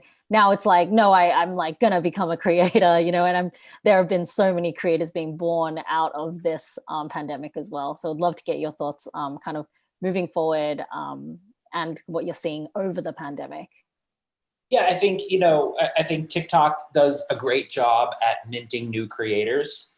Their company is built on you know, viral video discovery and keeping you glued to the platform. I think where they fall short is you know, creator discovery. It's more about like, here's a viral video of this one creator, and then once you swipe, if you didn't follow them, you'll probably never see them again. Mm-hmm. So we're really thinking, you know, we're fundamentally thinking about like creator discovery. So like, you know, how Spotify recommends, you know, knows the types of bands that you listen to and can recommend you, you know, bands that you maybe never heard of. You know, we're thinking of the same thing fundamentally. Like, here's a type of content creators you watch and engage with, and here are other ones that that you might like, even though they may not have created that viral video that tripped the algorithm. So, you know, that's something we're seeing a lot, you know, post pandemic, is people are creating more now. They're home, like they're shooting their first videos. They're getting that first dopamine hit of having a viral video, and now they're taking it more seriously. You know, but then they're hitting the wall and figuring out that, man, if I'm going to take all this time to create all this content, I need to be compensated for it. Otherwise, it's a labor of love, and I have to work or go to school or do something else full time, and it's just, you know, it's where the whole thing breaks down. Got it. Yeah, no, that makes sense. And I'm glad that, you know, everyone's kind of creating these tools that are enabling the next generation of creators to be able to make a living, really pursue their passions. And, you know, I think it's great that Asaf is working on virtual assets, which is, you know, such a new take as well. I'm really excited to see where you guys all go, where everyone goes in this space, because it's such an exciting space, and you guys are all kind of like a nascent in this space. So yeah, really looking forward to following all of your journeys. And thank you so much for attending today. Thank you for having us. Thank you so much. It was great to meet everybody. Yeah. Awesome. Thanks so much again. Bye. Really insightful. All right, so we are going to move on. But yeah, no, it's super cool. You know, speaking to all of these founders really opens up my eyes as well. You know, it's always like really refreshing to see people really being at the forefront of, you know, their space and pushing boundaries that you didn't even know existed. So yeah, it's awesome. Alrighty, so up next we have a presentation by a partner, PVH, and yeah, I'll let them take the stage. Well, let's kick this off. Thank you much for joining us. This is Will Decker. Nice to have everyone here, Director of Brand and Retail Program here at Plug and Play, and I'm joined with some of our partners here from PVH. I'd like to take a moment, maybe just do a quick introduction of yourself. I'm very excited to have this conversation. Callie, do you want to go first? Yeah, hi, I'm Callie Chesed, and I'm on the Advanced Concepts team at Calvin Klein. Hey, well, my name is Mario Lang. I lead digital innovation at PVH, and you know, I'm the point of contact for Plug and Play at Brand and Retail for most of the time. Yes, you are fantastic. And you've really had a very impressive engagement with the ecosystem over the past, you know, several years, and even now during the pandemic. So what I would like to do today with this conversation, talk a little bit about and share with our audience here some of your learnings in working with the startups. And one of the things that we wanted to do first, though, was get a little context, a little background around more about your company, some of the goals and the values that you have as a group, and then work into some of the opportunities you saw when coming and engaging with the ecosystem. So maybe start there, quick intro of the company overall, goals and values, and then we'll go from there. absolutely. So we started, I believe, working with Plug and Play about 2.5, 3 years now. So it's been quite a while. We are in 3, 4 verticals at this point: supply, brand and retail, in Europe with Galeries Lafayette, and sustainability. And when we started with Plug and Play, we understood from a PVH perspective that we could use a strong partner in that space that really understands startup culture, technology out there. We knew that we needed a better understanding in terms of what is relevant, some really companies with some really good background or some good experiences under their belt. And I feel like when we work with startups or with plug and play companies in the batches, we basically first start out and like to tell them about how we work, because I think the corporations are usually more challenging to work with than the startups. We found over the time that we find great technology and potential use cases, and many times it has to marinate for a little bit until it finds its proper home. So we actually came across many good solutions over the years that sometimes then just took off a year or so later. And while that's not always the best answer for a startup that is obviously looking to build a use case or get a test going, many times we felt that is usually that's how it happens for us.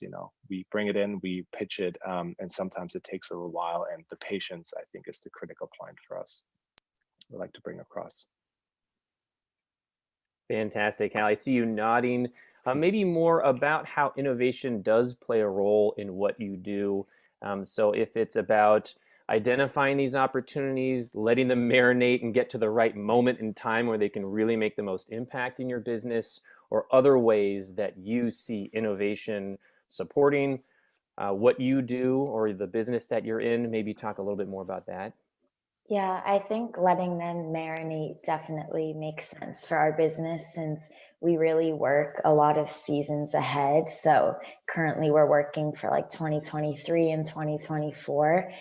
So we have to find innovations that will still be relevant then, but also prove them out and make sure we have data and proven insights behind them. So I think that that's really important for especially for our department, since we're working so far in the long term. Fantastic, thank you. And then were there specific challenges before partnering with Plug and Play? Were there certain things that you were looking to achieve or accomplish? Was it shortening the length of time? You talked about having a partner who really understood the startup ecosystem. Was it just gaining a better understanding about how to partner externally, or was there other things that you were looking to accomplish when engaging with the startup ecosystem? So I think the best example for us is we always understood when we started in innovation, the most immediate ask was how can we optimize what we have and make it better? And we understood there's a lot of buzz out there, and AI, ML is thrown around everywhere. And at that point, we just needed to make sense of the space, and we also needed to understand who can really deliver and what does it really mean. So that was, I think, one of the first and most dramatic examples in terms of how Plug and Play was able, to show up for us in a big way. We really sourced some great companies with great capabilities where we felt confident that what they promised, they were able to deliver. There was some history behind their product and their pitch. And I think that was probably the single most important experience we had so far, where we said amongst that led to others, but that delivered results for us that we would have been more uncomfortable or hesitant to go into prior to working with Plug and Play. Amplifying our data. Amplifying your data. Yeah. Fantastic. Well, let's break it down into a specific case study. So could you help us talk about this example of working with a specific startup on a use case? What was the use case? What were you trying to solve in this situation? So I think the main problem we have is that we work with all the different regions, so North America, Europe, and Asia, and we find that it's pretty easy to get data in the North America region and a little harder for Europe, but it's almost impossible for us to get data for Asia. So I think the use case for working with SimPorter was like, can they help us get data in this region that we can use to like help support the innovations we're doing and help sell them into Asia so they feel more confident buying it. Fantastic. And could you tell us anything about the test or the solution in this case study? Yeah, so we were really looking into bras in Asia and the level of push, because we've been told from our regional teams that the only thing that will sell in their market is like a high level push-up bra. And one of our top sellers in North America is an unlined bra, and we could never seem to like sell it to this region. So I think like what SimPorter was able to do is really find like nuances in the market, like these tier 2 cities of China are like more inclined to buying unlined bras. So we could like target our buying strategy so that they can like buy efficiently based on the data SimPorter gave us. Amazing. Thank you for that. And then going into this, did you set up front any types of KPIs, any metrics around here's what success will look like? And could you maybe describe a little bit of the approach there? Yeah, so I think since it was a short pilot, it was kind of hard to define like exact KPIs since we only really had 2 full months of data to look at. So we couldn't really see like a full year trend or anything. But we're having SimPorter help us present to the Asia team like what they've found, and hopefully like if Asia like learns from this data and increases their buy for like online bras and more innovative bras that we've been trying to sell for them, I think that will show success for this project. Fantastic. Well, thanks so much. How was it like, Callie and Mario, how's it like working together between business units and innovation teams, your different groups in the business? What was it like? What was the collaboration like? I'll let Kelly go first. Okay. I think it was really cool to work with different groups because I feel like with COVID and like Zooming every day, we could get very siloed in what we're doing. So it's really interesting to like work with different people who have different perspectives. And I think there's a lot of synergies between our teams that were brought out with this project. Yeah, and I can only say the same. I mean, we see ourselves as the connector to from the businesses to Plug and Play, and we're so happy and excited when we can bring teams such as Megan and Callie in the mix and actually identify a use case that is super exciting and bring the technology. And I think it was just one of these projects that are always fun, you know. And I love when teams actually come back and say, we want more of that, or can we expand on that? And that's when we have successful relationships with Plug and Play and startups. That's amazing. Thank you both. Now, in the audience, we do have other startups, investors, and other corporations who have their own innovation teams and champions and business units. Any advice, anything that you've learned that you wanted to share, anything that's worked really well that you encourage others to take a look at?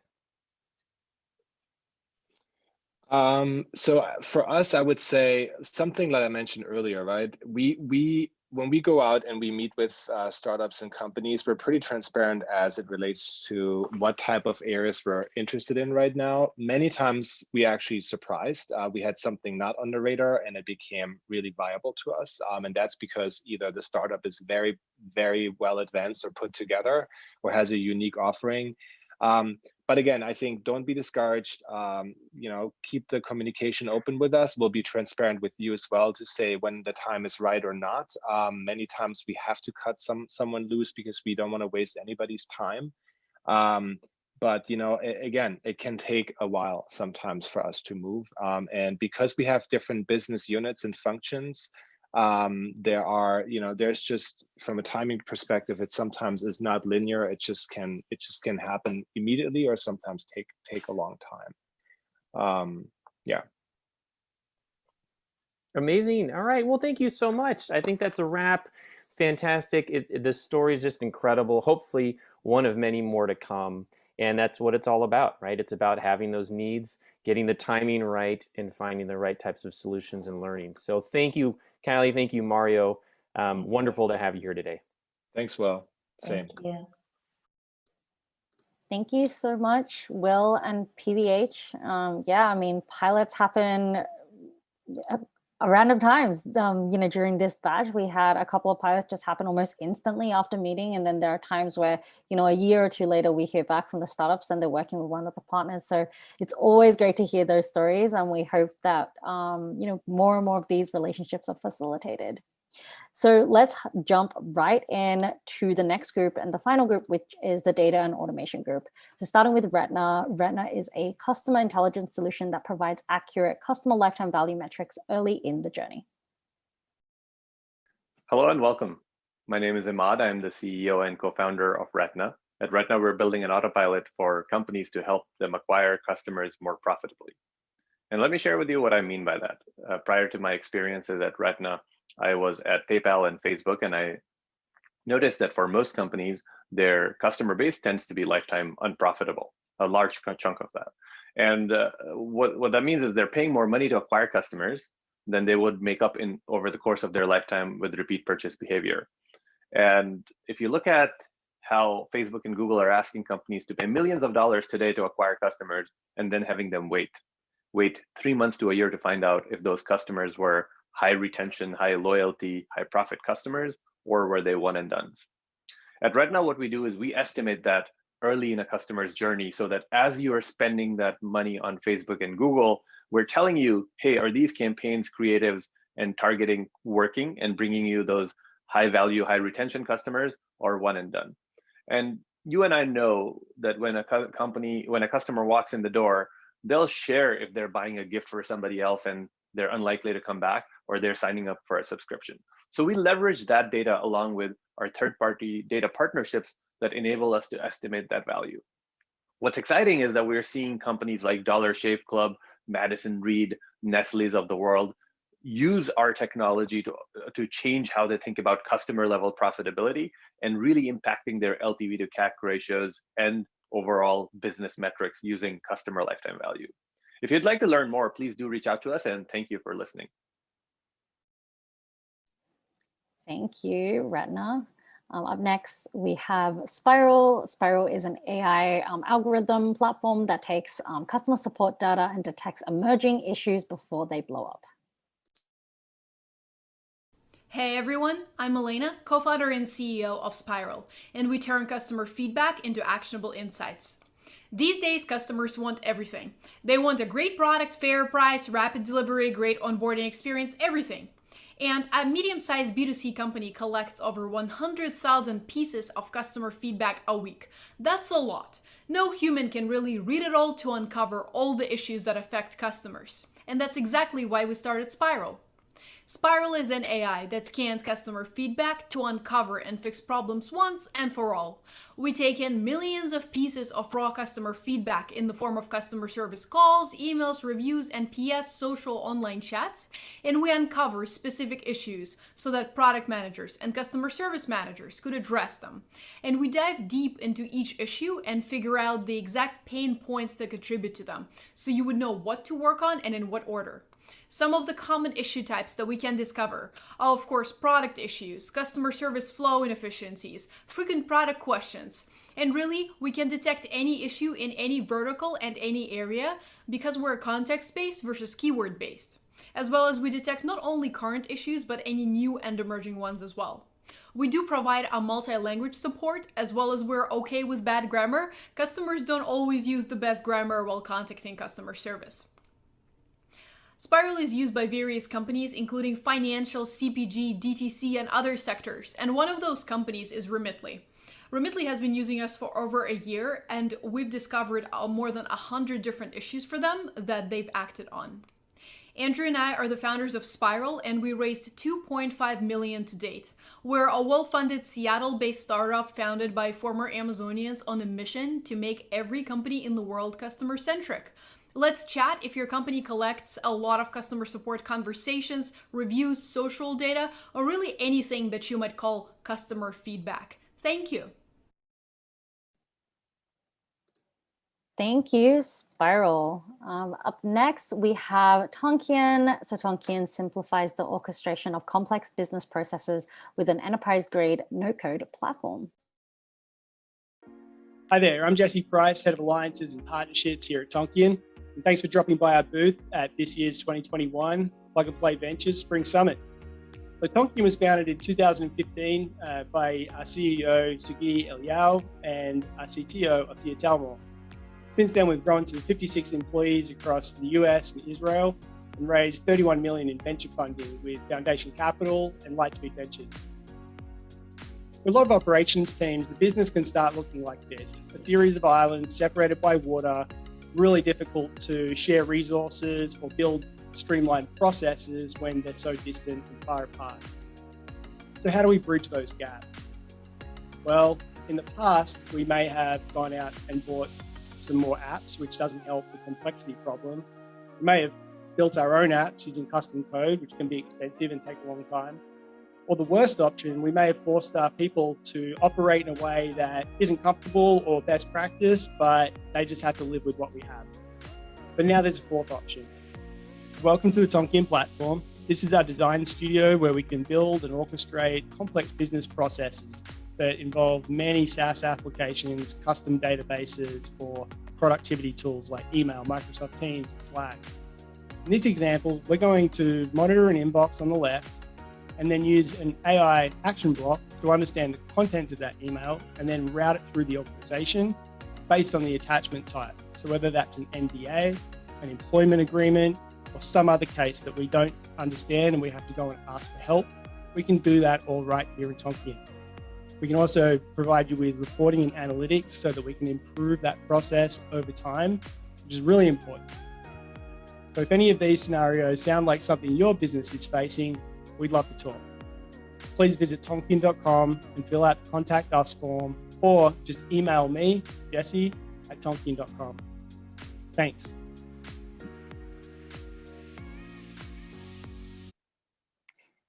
Thank you, Jesse from Tonkian.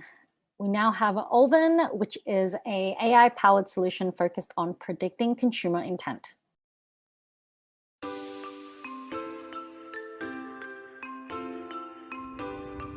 Hello to everyone that's come through the Plug and Play platform to find us. My name is Sam Amrani. I'm the founder and CEO of Olven, along with my founding team, Ella Walters, who's our VP of AI, Mark Stolz, who is our COO, and Matt Taff, who is our VP of Product. We're solving the problem that brick and mortar retailers have faced for years, which is giving them access to instant and actionable predictive insights. Along with that, we've raised $4.5 million of funding to start this journey, and we've got two fantastic board advisors who just joined in 2021, Eric Sprunk, who is the former COO of Nike, and Francisco Crespo, who is the former CGO of Coca-Cola. Our solution is called Almanac. It's dedicated to help retailers grow revenue, increase loyalty, and maximize working capital. It covers 75 metropolitan areas and over 100,000 different neighborhoods. We give you an in-depth consumer analysis across the US. You can optimize retail planning with predictive analysis using visit trends and visit forecasts to understand the busyness of your area.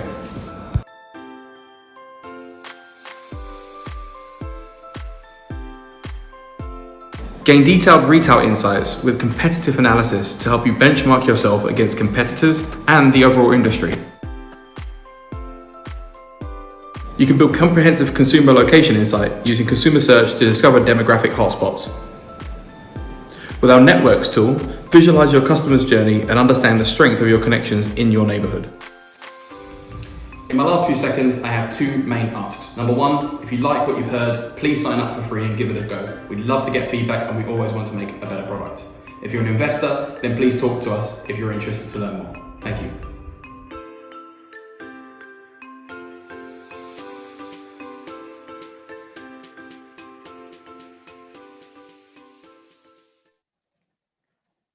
Alrighty, thank you, Olven. We're now gonna bring up everyone from the data and automation panel. Welcome.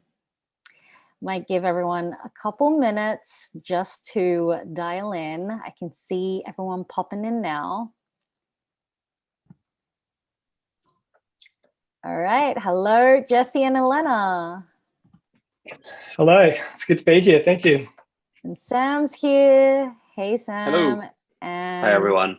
We have Emad there too. Awesome. It's a full house. How's everyone doing? Doing great, Tanya. Great. It's hump day. Can't complain. Exactly. This is pretty good for hump day. It's pretty fun. It's been a fun morning. So you guys are, the data and innovation panel. So this has been, I think, the biggest topic for every single industry for the last year, 2 years, 3 years. The word AI is everywhere, of course. I think the number of active AI startups increased like 100% from 2015 to recent years.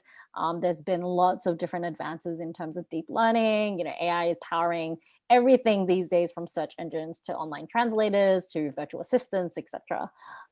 So let's start by kind of introducing everyone, your story. If you're a founder, why you founded your particular startup and why you wanted to target that space with AI. And if you're someone who is, is part of the team, would love to hear about your story as to what made you interested in the startup that you're currently at. Let's start with Jesse. All right, I'm in the hot seat. Jesse Price. My background, I've been in various tech companies, large and small, through the last 15 years of my career, starting out at places like IBM, Salesforce, spending the last 7 or 8 years in the Bay Area, working with various startups, the ecosystem there.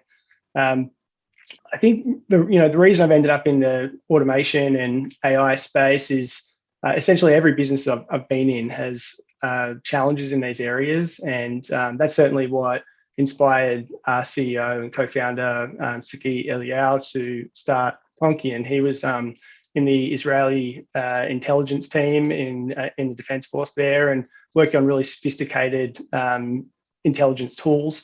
Then when he went into the corporate space, he really saw that, he was kind of shocked at how kind of archaic things were, in the business world. So, that's where he saw the opportunity, got really inspired to build a platform that sort of coupled the intelligence that you get from technology with the people involved as well, and not sort of replacing one with the other, but really having them kind of work together.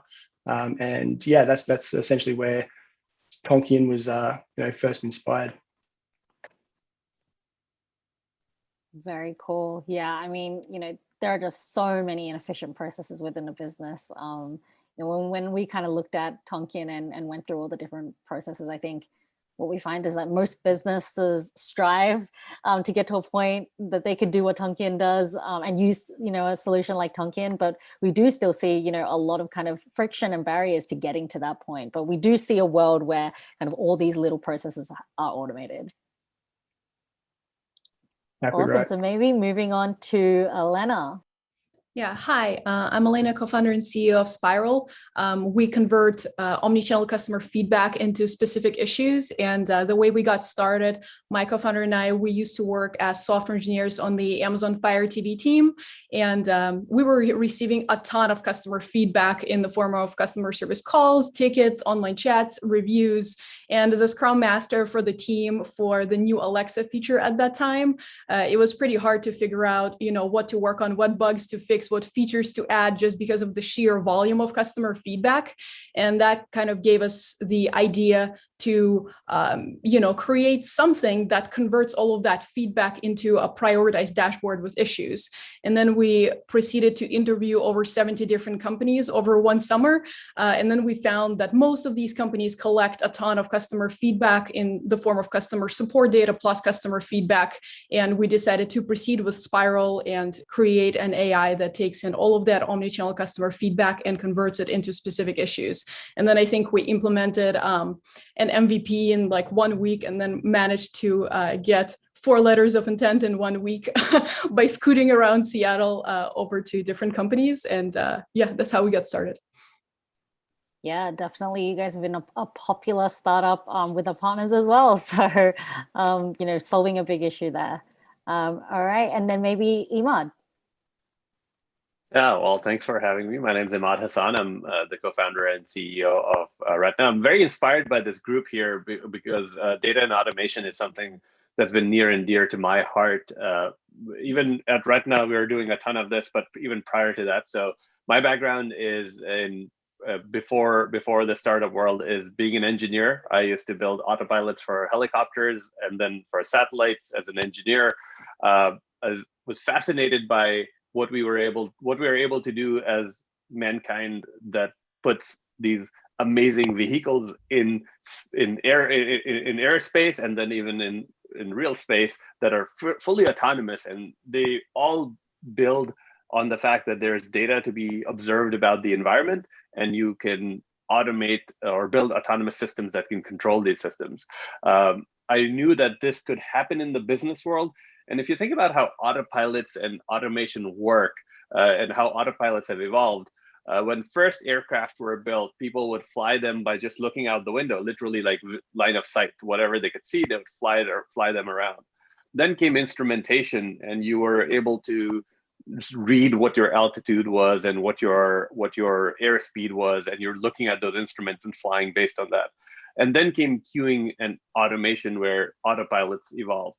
We're going through that type of transition in the business and data world right now because businesses are getting instrumented.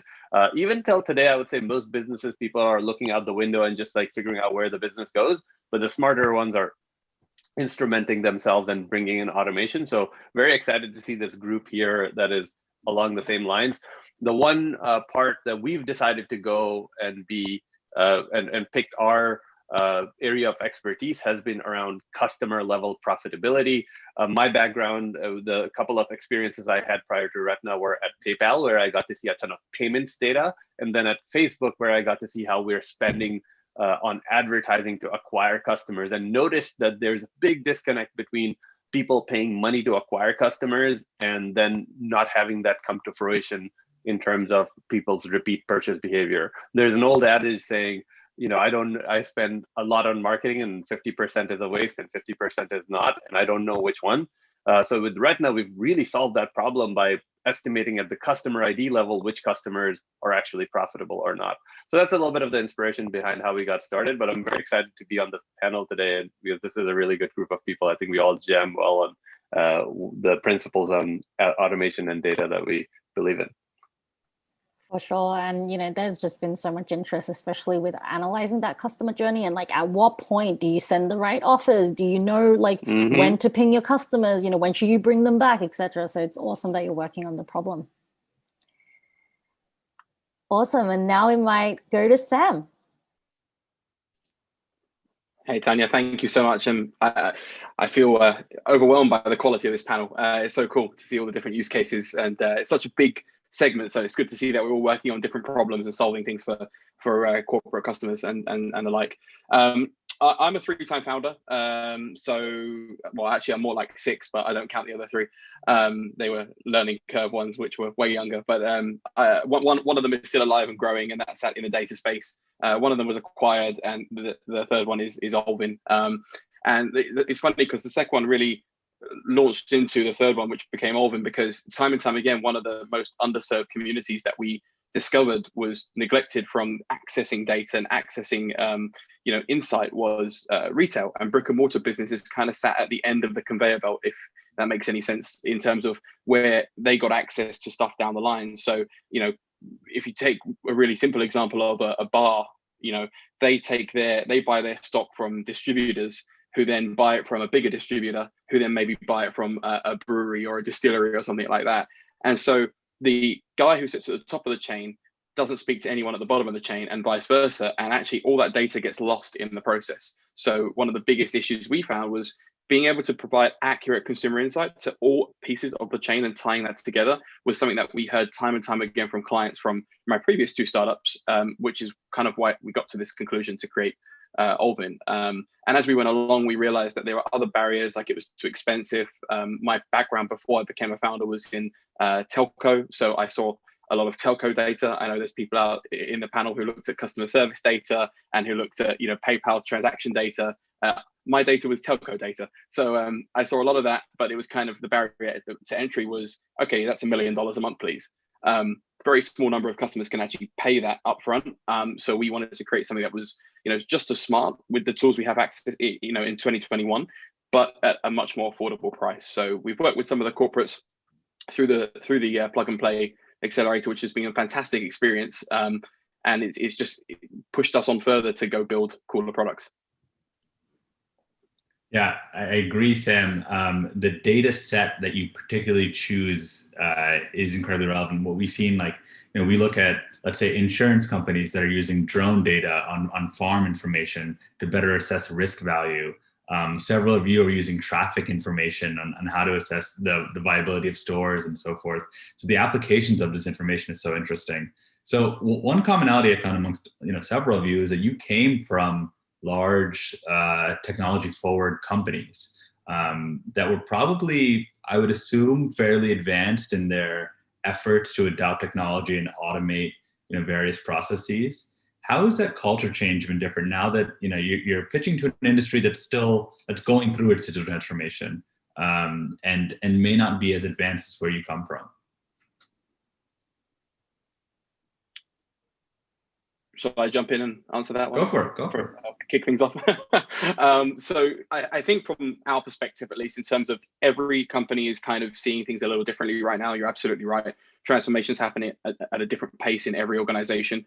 I think what still rings really true is that every corporate, no matter who it is, you need to be able to put it into their language, right? And tell them, is this something they need now, next, or in the future? And each one of those answers is okay. But you've really got to understand where, I think it was earlier on in the PBH session before this, where Mario said sometimes, you have to cut it loose and just, tell them it's not going to be for a little while because we're just not there in our transformation journey yet. So we talked to a number of retailers who are at different stages of it. And I think where we've kind of understood that ask is if you come in, one of the things we're asked by every, organization is, who is this for in our company? We're a big company. We've got all these divisions and all of these units. Help me to understand where I put this. And sometimes there's no easy answer. And it's, well, this could work for 20 teams. And you really want to say that. But it's always better to say, well, first of all, we can help with this low-hanging fruit. And maybe we can validate our solution there. And then after that, it can go to all these places down the line. So if you can help an organization with its business case, then you quickly find out if they want to move super quick because they can, or if they're a little slow and they need to get their head around, the solution you're pitching them. For us, specifically for customer service industry, which we're in, I think, now is a good time because everyone uses a CRM, no matter, how old the corporation is or how new it is, making, it's a good time for our product as well as just for products in this sector. And even though my co-founder and I, came in from Amazon and big corporations use Salesforce, etc., smaller corporations or older ones have also ported, out of a server under your desk to a CRM, which actually has been, pretty much the same for us to target newer and older companies because everyone's currently on a semi-modern or modern stack. So yeah. I think I'll just add, Kevin, that my experience has been that large companies are essentially a collection of small teams that sort of add up to being a large company, right? Which can be an advantage, but also be a really big challenge. To kind of make a point that was in our pitch video, it's very common for businesses to operate pretty independently from one team to another, not to kind of have that cohesive strategy around how their businesses and people and processes are connected.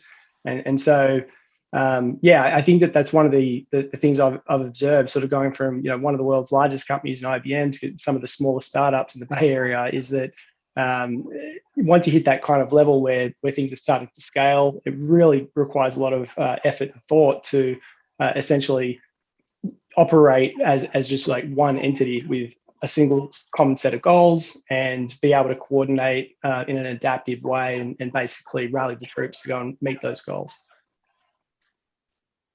Yeah, just to build on that, I think Jesse makes a really good point. What we are seeing is that just because we come from a larger company background doesn't mean that our customer is any less sophisticated in their understanding of what the needs of the market are and what can be helpful. What gives these smaller companies, we work with a ton of companies that are like Shopify Plus and are D2C type companies.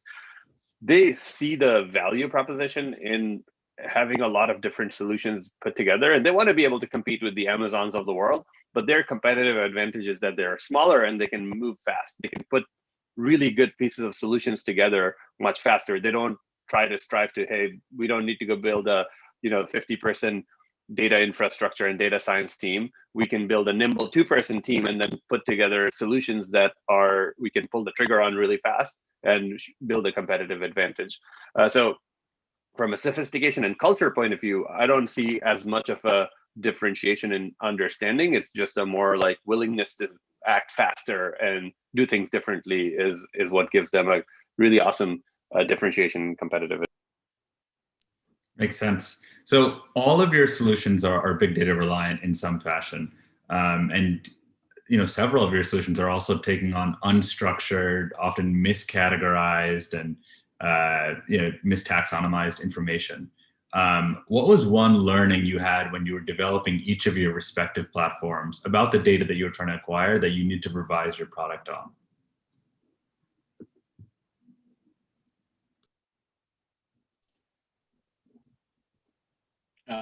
I guess we're going in the same order or something like that. But I guess, the big one from our perspective was, we rely a lot on geolocation data. We actually had a really good thing happen, which is we increased our volume of data that we were ingesting to train our models by 4x, which made our long-term plans way more robust. But the short-term problem was that big influx of data caused some major issues in the consistency. So one of the things we had to learn very quickly was how do we adapt for large, increases of data where our models couldn't necessarily cope at the beginning, and how do we make those adjustments to not look stupid in front of customers effectively. So I think our learning was, how do we react and be able to articulate that we know what's happening. It's going to take this amount of time to kind of normalize that data, and then how do we inform our customers to manage expectations, because most of the time when it comes to data processes behind the scenes, the customers care less about that, and they kind of just say to you what's happening with the data. So I think for us, the biggest learning was structuring that process together and actually being able to articulate that and being transparent about it.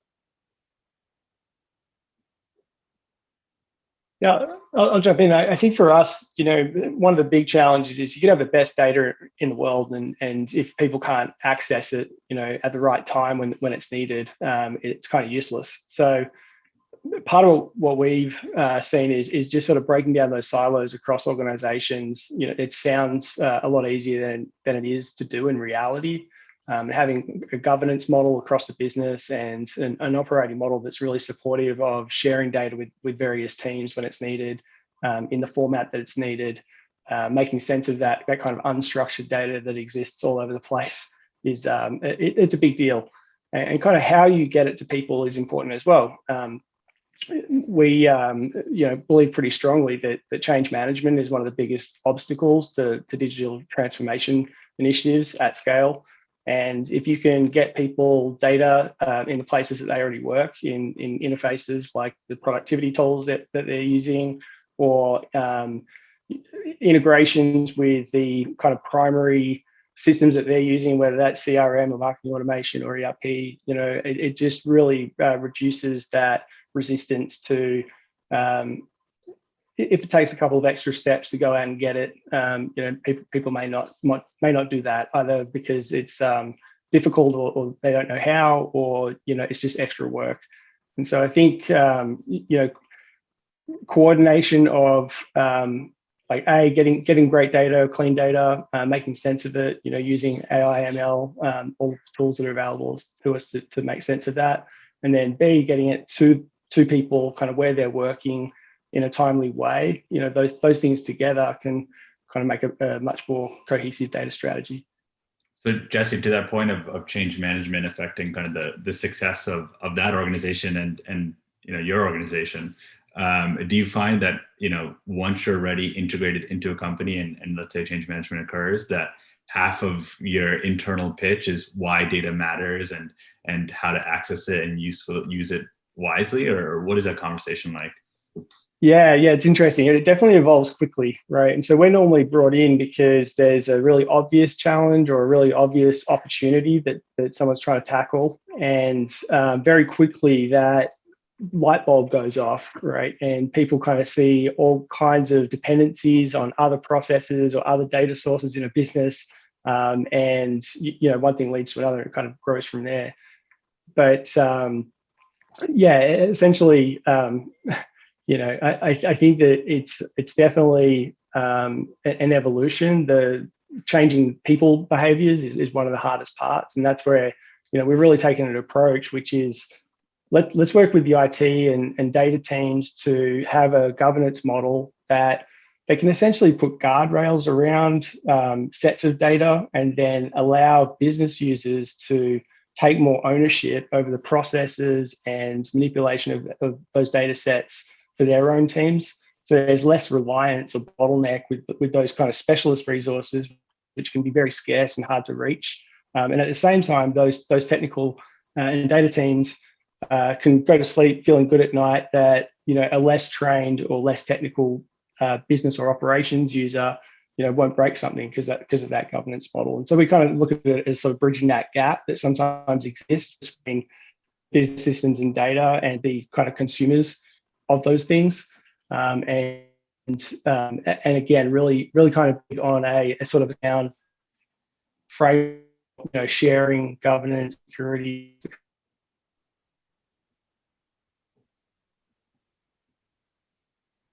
Oh, did we lose Jesse? I think we may have lost Jesse. Yeah. Emma, go ahead though, or Elena, yes. Yeah, Elena, you're gone. To add on what Jesse was saying, kind of, there are a lot of organizations within the company. And so I think what we're finding is like one challenge is there is a lot of unstructured customer feedback, but then the other challenge is that everybody wants to use it. And currently there is no, one ground truth, like one source of feedback. And so each org, the more we interview them, the more we see, the more different approaches we see that they use to kind of scan through this customer feedback. The most common one is just to read through reviews manually, which doesn't provide you with, a good enough like sample set. And that's what most people within the company, usually do, including marketing, product management, etc. But what we're finding, I think our unique insight is that most customer feedback is in fact stored in customer support conversations, which usually provide like from 80 to 90% usually of the volume of customer feedback that any company receives. And that is never scanned, and that's usually not very accessible by any other org except customer service, who rarely reads through it. And so I think one of the ways we're trying to create optimize Spiral is to be able to take all of that 100% of that customer feedback and power every org within the company, so people wouldn't have to go and read those customer reviews manually anymore, or however else they were trying to scan customer feedback. So yeah. And from my side, I'll just say this: everything that everybody mentioned makes so much sense. Some of us who are dealing with first-party data have probably, as a startup, learned our pain points. What we did, and I'm just going to share from learning point of view. If you were to go start this all over again, we started a lot of our startups early days. We were ingesting all kinds of unstructured, crazy data from our customers, and it created tons of problems for us, from eventually implementing our GDPR policies to like building out. So if I could redo this, I would start off with, like, even if I was starting the company from scratch, having set schemas of how I would like the data to come in and imposing those, because what ended up happening in the long run for us, and maybe the case for some of the other folks dealing with CDPs, really helped change the game for many of the businesses, where CDPs are now allowing this, like, they act like a bus in a computer system, where they're enabling direction of data into the right places, and really made life a lot easier for us. So I think that's been a big learning lesson for us, that we could have probably done slightly differently, and not just let any unstructured data come in any form, and put some more guardrails around it from the beginning. Maud, I'm curious on your take on the reliance on third-party data in general. You know, in the previous panel, we talked a lot about regulatory bodies, and a lot of what's going on in the regulatory bodies is the sale of third-party data, right? And releasing PII and being compliant. You know, several startups are around this solution. So what's your take on it? Yeah, no, I think the day of reckoning is coming for a lot of these like very large behemoth third-party data providers, where they're going to have to get explicit consent from folks on being able to do this.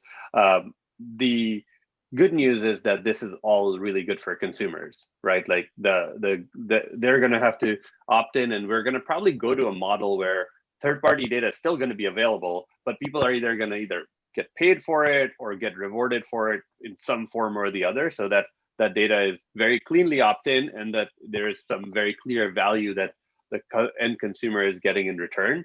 But I don't see it completely going away. I just see there to be a lot of good regulation that's actually good and protective for the consumer being in place, but still enabling a lot of the insights that we're seeing. What I do see completely going away is this like creepy cookies type of you know, data sets that have existed, where you don't know you're opting in, somebody else is using your cookie, and you go to a different website and you're seeing the same like cross website behavior. Like that creepy era is probably going to go away from what we're.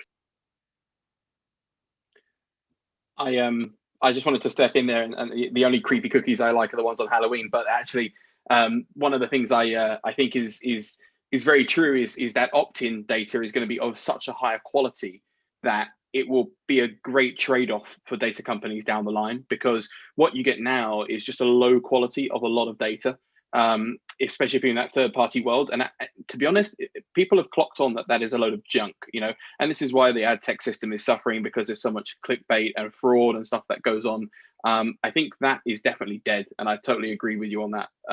But I do feel that there needs to be, when regulation is created, we need to definitely align on who creates that regulation.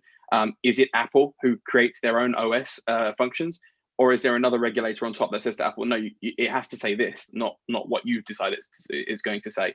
And how do we delineate between what is PII and what is not PII, and where those use cases drop in? So how do we create a really black and white, you know, framework that is not, you know, GDPR was great when it was created 4 years ago, but actually I think GDPR itself has created a massive gray area where they can't enforce it as much as they would like, because it's still too flaky overall. So I would love to see that all get organized in the US, and I think it's going to be a really, really good long-term pitch for consumers, when it's all about how do we see that trade-off from my data to the value I get in exchange.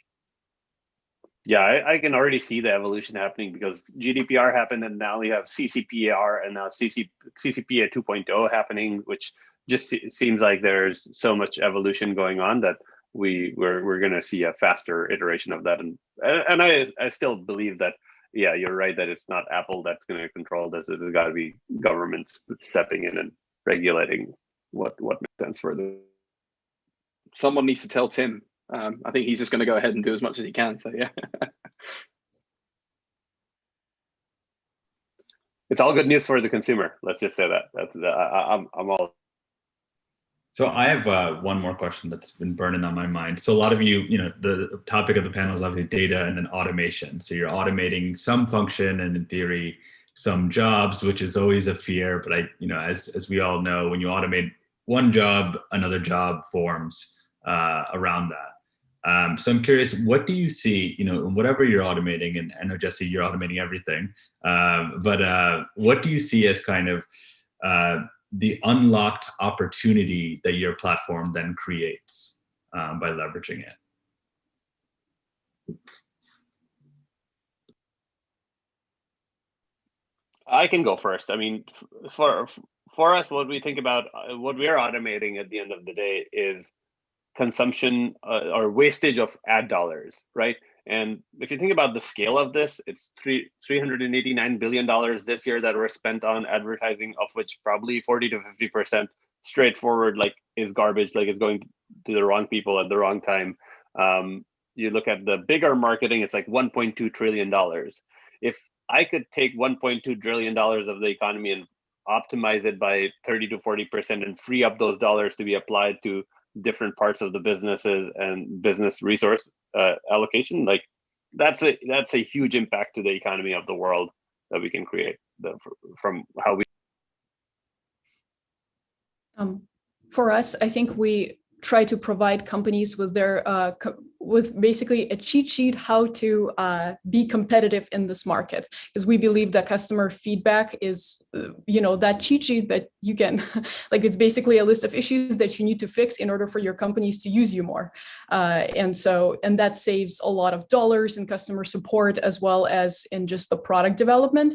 And so I think what we hear the most is that usually when companies try to decide which issues to work on, they spend a lot of time on figuring out what those issues are. And so that involves a lot of meetings, some arguing, etc. And what Spiral does, we eliminate all of those meetings, arguing, etc. We provide just a dashboard that specifically tells you this issue contributes to 20% of returns. If you fix it, you will probably save a lot of money, as well as customers stop returning it and they might become repeat customers instead. And so I think that will increase your competitive advantage, as well as basically help you to gain that #1 position in the market. I think from our side, there's two types of things we unlock, and it really depends on who our customers are. Like, we've got the big corporate retail client who is way more sophisticated, and they get data and they understand how it can be used. And so what we unlock for them is just ease of access and timeliness on how they can access that data, and something that's competitively priced, so they don't have to hire a Deloitte or a McKinsey or whoever, even though those are great companies. I think the timeliness of what we provide is really what they've been looking for to make proactive decisions on staffing, on merchandising, on marketing. And so being able to give that on the fly, daily updated access, as well as predictive insight that they can access straight away, gives them that structure. So that's clearly a value add for 2 or 3 major teams in every single brick and mortar retailer on a large scale.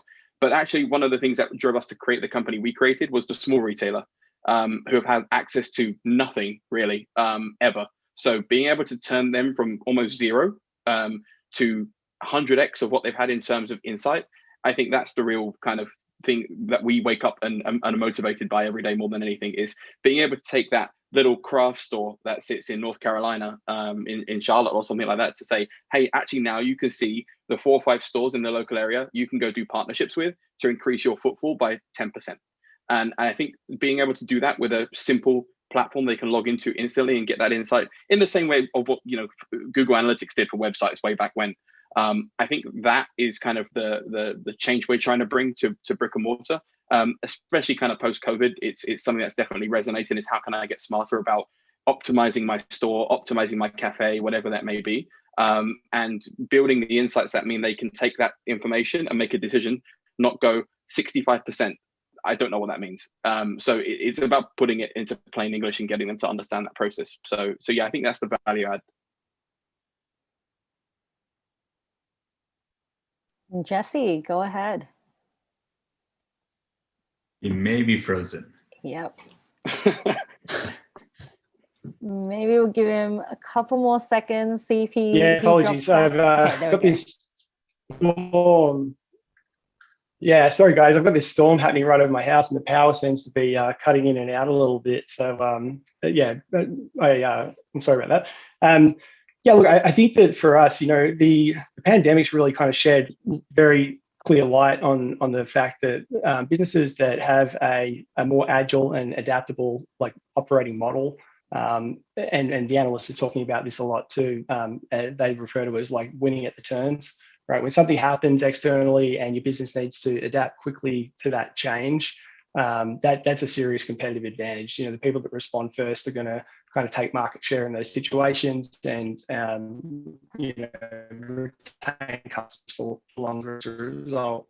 And so we're kind of seeing that very clearly with the again, talking about those bottlenecks that can exist with technical resources, technical team, very scarce resources, right? And so I kind of like, I was thinking before this, it's a bit like when the pandemic first hit and everyone went to kind of panic buy, essentials from a store. And if you think of your IT team as that store, when something happens and the whole business kind of rushes towards them for getting their kind of data updated, their processes updated, that can be really, really difficult. And so having a model in place, again, with the kind of governance, the change management policies, the processes to adapt quickly when those events happen.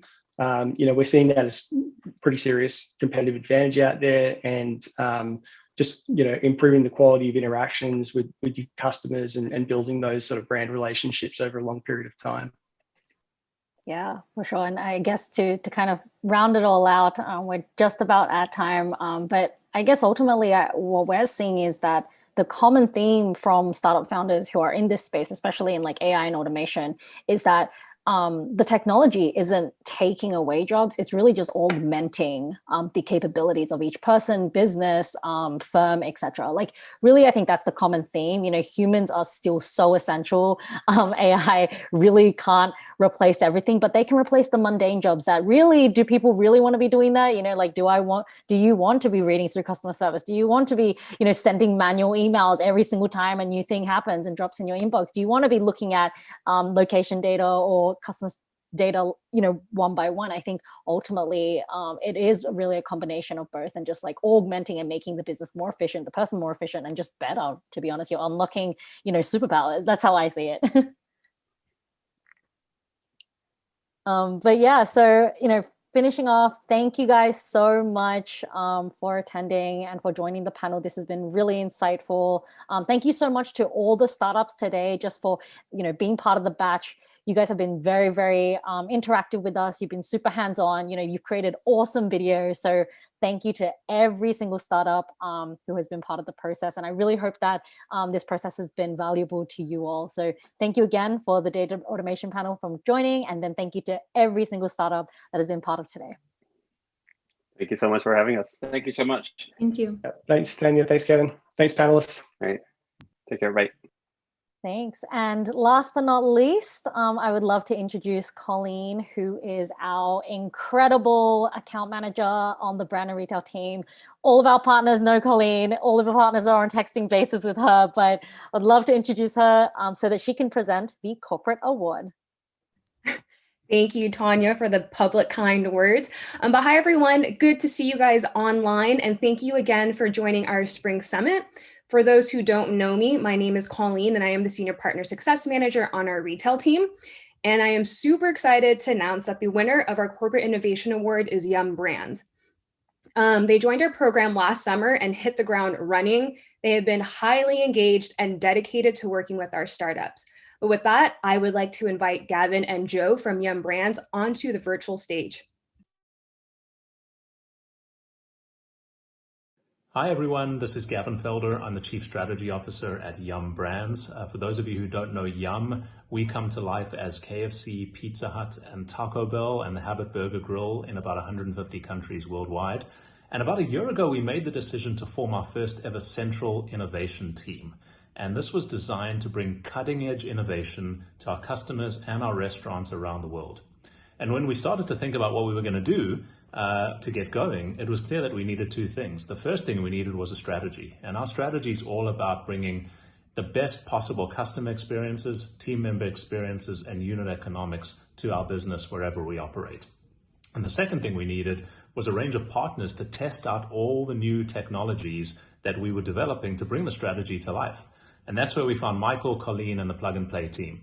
Now, I admit, I was a little bit skeptical about how this partnership would go. Did these guys really understand the business? How much time would we get from them? Were we just going to be another client, etc.?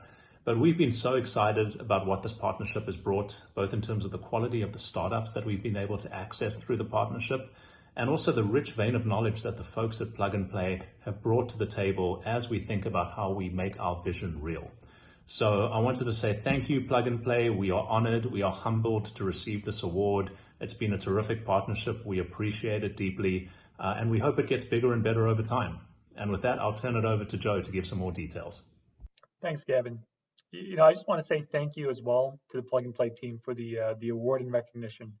We've had a number of pilots with startups that we've worked with due to deal flows. And it goes without saying that each of the deal flows comes with a lot of excitement, a lot of lessons learned, and it's something that we've received terrific feedback of from our different technology partners, business partners across all of our brands. Some things that we really do appreciate from our partnership and in the spirit of innovation is the fact that we can go fast. The number of startups that come in, can get started, learn the business, and just get right into it has been incredible, especially considering the environment we're in with COVID. We also get access to a lot of great talent. The folks that come in and give their expertise, help us think about problems in different novel ways, has been consistent, and we love it. And so with that, I'll keep this short. I just want to say thank you again. We're looking forward to all the other future partners and startups we'll be working with, and hope that we meet everyone fairly soon once travel resumes and we can get out there.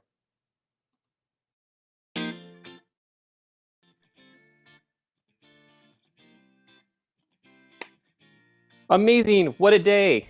And what a batch. Brandon Retail, batch 15, best batch ever. Thank you all so much. If you are joining us through the YouTube live stream, I'd encourage you to join the Attendify event. If you're here, toggle on your Meet Now video under your profile, tap on that startup booth icon on the left-hand side. Take what you've learned and some of the insights today into those conversations. We're really hoping that all the different things that you took away today, the connections you make, last beyond this event. Don't forget, tomorrow is Plug and Play's Media and Advertising Batch 3 Expo as the Week 1 Spring Summit continues. Thank you so much to all the startups that presented. Congratulations to the winners. Thank you to the panelists, our partners, and of course to the Plug and Play team. Automation and Ops, Akadina, amazing job. Thank you to Ventures, to Partner Success, Business Development, the whole team. And from us to you, keep connecting, keep things going. That's a wrap.